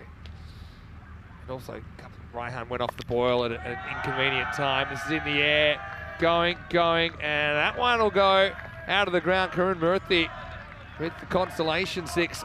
Maximo. Geez, I would have loved to see a lot more of this young man throughout the last couple of days. He's still young, you know, saw him in the national setup as well. He's got a lot of potential. Only appreciate the good times when you have to go through some tough ones. His last ball. Oh, he's lofted another ball for 6, but it doesn't matter. 1 iota to the Old Victorians. They come flying into the centre of the field from all corners, and they are ecstatic at qualifying for ECL 2024 finals week. Really exciting young team. And we saw them really struggling to get with the program on day 1. Had a loss to the Portuguese club Gamblers in the first match of the group. They've come together, they've clicked at the right time. We thought they might, and they certainly have. Heartbreak for Alton. I know that they have had 3 ECLs now, and they haven't quite been able to qualify. They played some really exciting cricket, though. They can be proud of their efforts. They were just beaten by some very good cricketers in a format that can throw up a lot of questions. And in the end, they had the answers, didn't they? Old Victorians of Jersey. They will get around and they will celebrate like they should. They are your Group C champions. Tell you what, Maximo, 2 things for you. I think back to that first game, Old Victorians against Gamblers. These boys looked so off the pace in this T10 format. It wasn't funny, but they have used their experience, they've used their intelligence, and they have adapted to the format and have played some wonderful cricket, particularly today. They have also had to win 3 sudden death games today to get through to this point. Yeah. Fantastic effort. And we talked about at the start of the day against the Academic Sofia, Bulgaria. They won easily, but it was the kind of tune-up. It didn't have, because it was such a one-sided game, they were able to kind of get out there, didn't waste a lot of energy, but they've got a bit more cricket into them. So I think that put them in good stead. And then, of course, you saw them pick apart Gamblers. Big difference for me when they met Gamblers in match 1 is that Gamblers had some match practice and Old Victorians looked like they hadn't had too much. And you can see there, the Jersey anthem was sung with gusto earlier in the night. Right now, they'll be singing into the night because Old Victorians, the 3rd qualifier, still 4 to be written on. But another piece of the puzzle has been solved. Group C goes to the team from Jersey. Yeah, it certainly does, but I'll put in a quick word for our Swiss representatives, Alton. They have been the most consistent T10 team in the country. It's why they've won that tournament 3 years in a row. Very tough country to get out of, and they have played with distinction here. A couple of them have been absolutely superstars of this group. And tell you what, this chase, Vinny, there's not too many teams that would have gotten close to this, but they kept themselves in the game throughout the whole 10 overs. Yeah, it was crazy, really. We had back-to-back supersonic overs across 2 innings and 2 teams. 33 came off the 10th of the first innings, then 30 came off Kelly in the first. The spin was great in theory. In practice, it disappeared as Ryan went crazy. But then a couple of things. He never really was able to recapture the magic, I think, for the rest of his innings. He went in burst, and Thrunavu Karasu swung and missed it plenty. Again, it's not really a criticism. It's just what happened. Malia was left on the bench. We didn't see him until the 6th over. And then, you know, they needed 20 plus and over, and although he tried bravely, hit some absolutely cracking shots, it wasn't enough to drag the Swiss over the line. Yeah, it unfortunately wasn't. They have fought bravely, though, throughout this tournament, and so close on their 3rd attempt to making it to finals week. Wasn't this not a turning point, but just at a moment in which he felt like Oldham were fighting back, Murley was in rhythm, and to be run out in such circumstances, he'll have to be disappointed with that. But then Malia threw down the gauntlet twice more in the next over, and they just kept on hanging around. Yeah, and by then, actually were going at the kind of amount of boundaries they needed if they'd gone at that rate from the start. But unfortunately, they just had some of these kind of lost overs, just 2 fours in the 2nd over, 2 boundaries in the 3rd, and 1 boundary in the 4th. I think that's when things got out of hand. That's when Oldham just went off the boil. They had some big overs leading into the last one.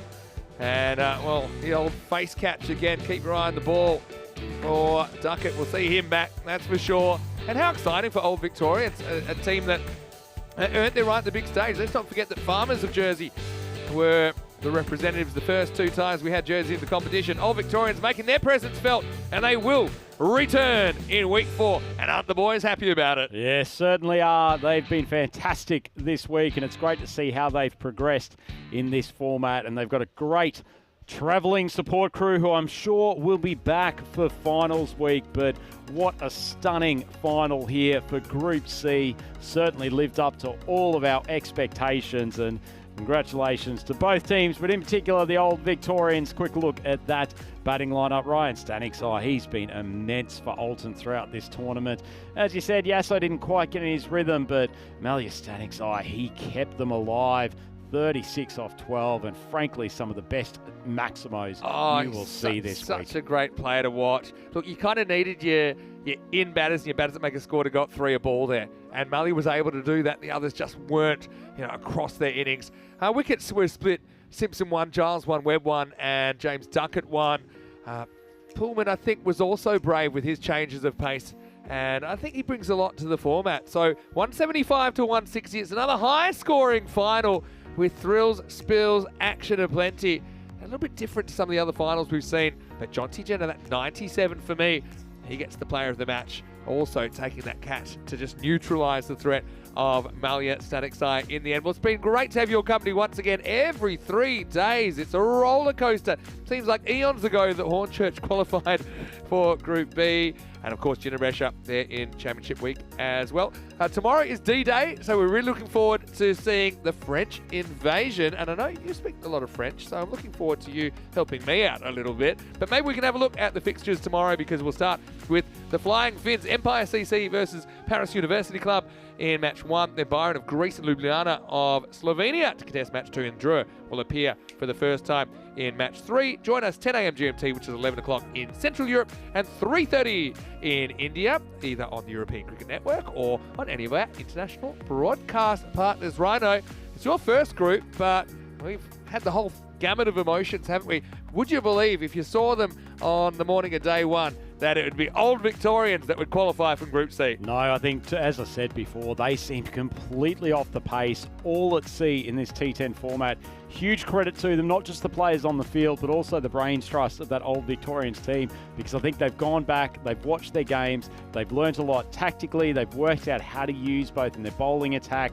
Obviously, the key for them today has been Jonty Jenner, who just showed his absolute class, and it was such a treat for us to get to see him live here at the ground. He is a wonderful cricketer, but it was a true team effort, and even down to the bowling corps tonight, Scott Simpson, he copped a bit of tap in his previous game, but came back with a vengeance, bowled a really good spell, and when you're defending 175 against such a brutal batting lineup with like Alton, you get a couple of overs that go for 10 or 12, that can really put you in the box seat, and they did what they needed to in the field. Yeah, it's funny, we're talking about 12 as actually a win for the bowlers in this format, but that's the kind of game that it was. I just want to take a quick opportunity to thank Alton of Switzerland. I know they'll be hurting, but they've got a big season ahead. They can be really proud of what they've done. They've represented their nation with distinction. Same goes for Gamblers of Portugal. The Bulgarians as well. No, they had a disappointing finals day, but they did pick up their first ECL win. And even the Turkish club, Afyon Karahisar, they really provided some richness to the competition. I really loved watching their cricket, I suppose, elevated to a bigger stage, and hopefully they can go back and we can see them bigger and better next time. A lot of good young talent in that team as well. Just quickly before we go, I want to thank everyone for interacting on the live chat. Always love that, and I want to wish you all a happy and safe night. I also want to remind you, if you are watching on YouTube, to like this video and subscribe to the channel. You'll get 49 weeks of free live cricket a year. Our website, europeancricket.com, well, that's where you can find all the fixtures and stats and standings and all the player profiles as well of the players which play on the European Cricket Network. And finally, I want to direct everyone to our social media at European Cricket, because you'll find some of the best bits of the ECL right there. Rhino, it's been a great one. We've had all 4 commentators involved today. We've got the 4th group on the way, and Rhino, it's crazy to say this, but we're only just getting started here at ECL 24. I'm exhausted after Group C. We're straight back into it tomorrow. The big biffers from Drew on tomorrow in Group D. I cannot wait. Yeah, the French derby's not too far away. No, absolutely. Please come back and join us. Great to be in the box with you tonight, and huge night for European cricket here. Great game. Definitely is. More history made, and D-Day is on the way. The French invasion. Thanks to our fantastic crew at Spring Media as well that bring you the pictures. They are wonderful. To the Blue crew, everyone around the ground. It's been awesome. We're going to do it again tomorrow. We'll see you in the morning. For now, Vinny Sandy, Mr. Maximo for ECN, along with Andrew Ryan. On behalf of Rico Bull and Corey Ruckers as well, stay happy, stay safe. Most importantly, see you here tomorrow, because the ECL continues. For now, it's hasta mañana.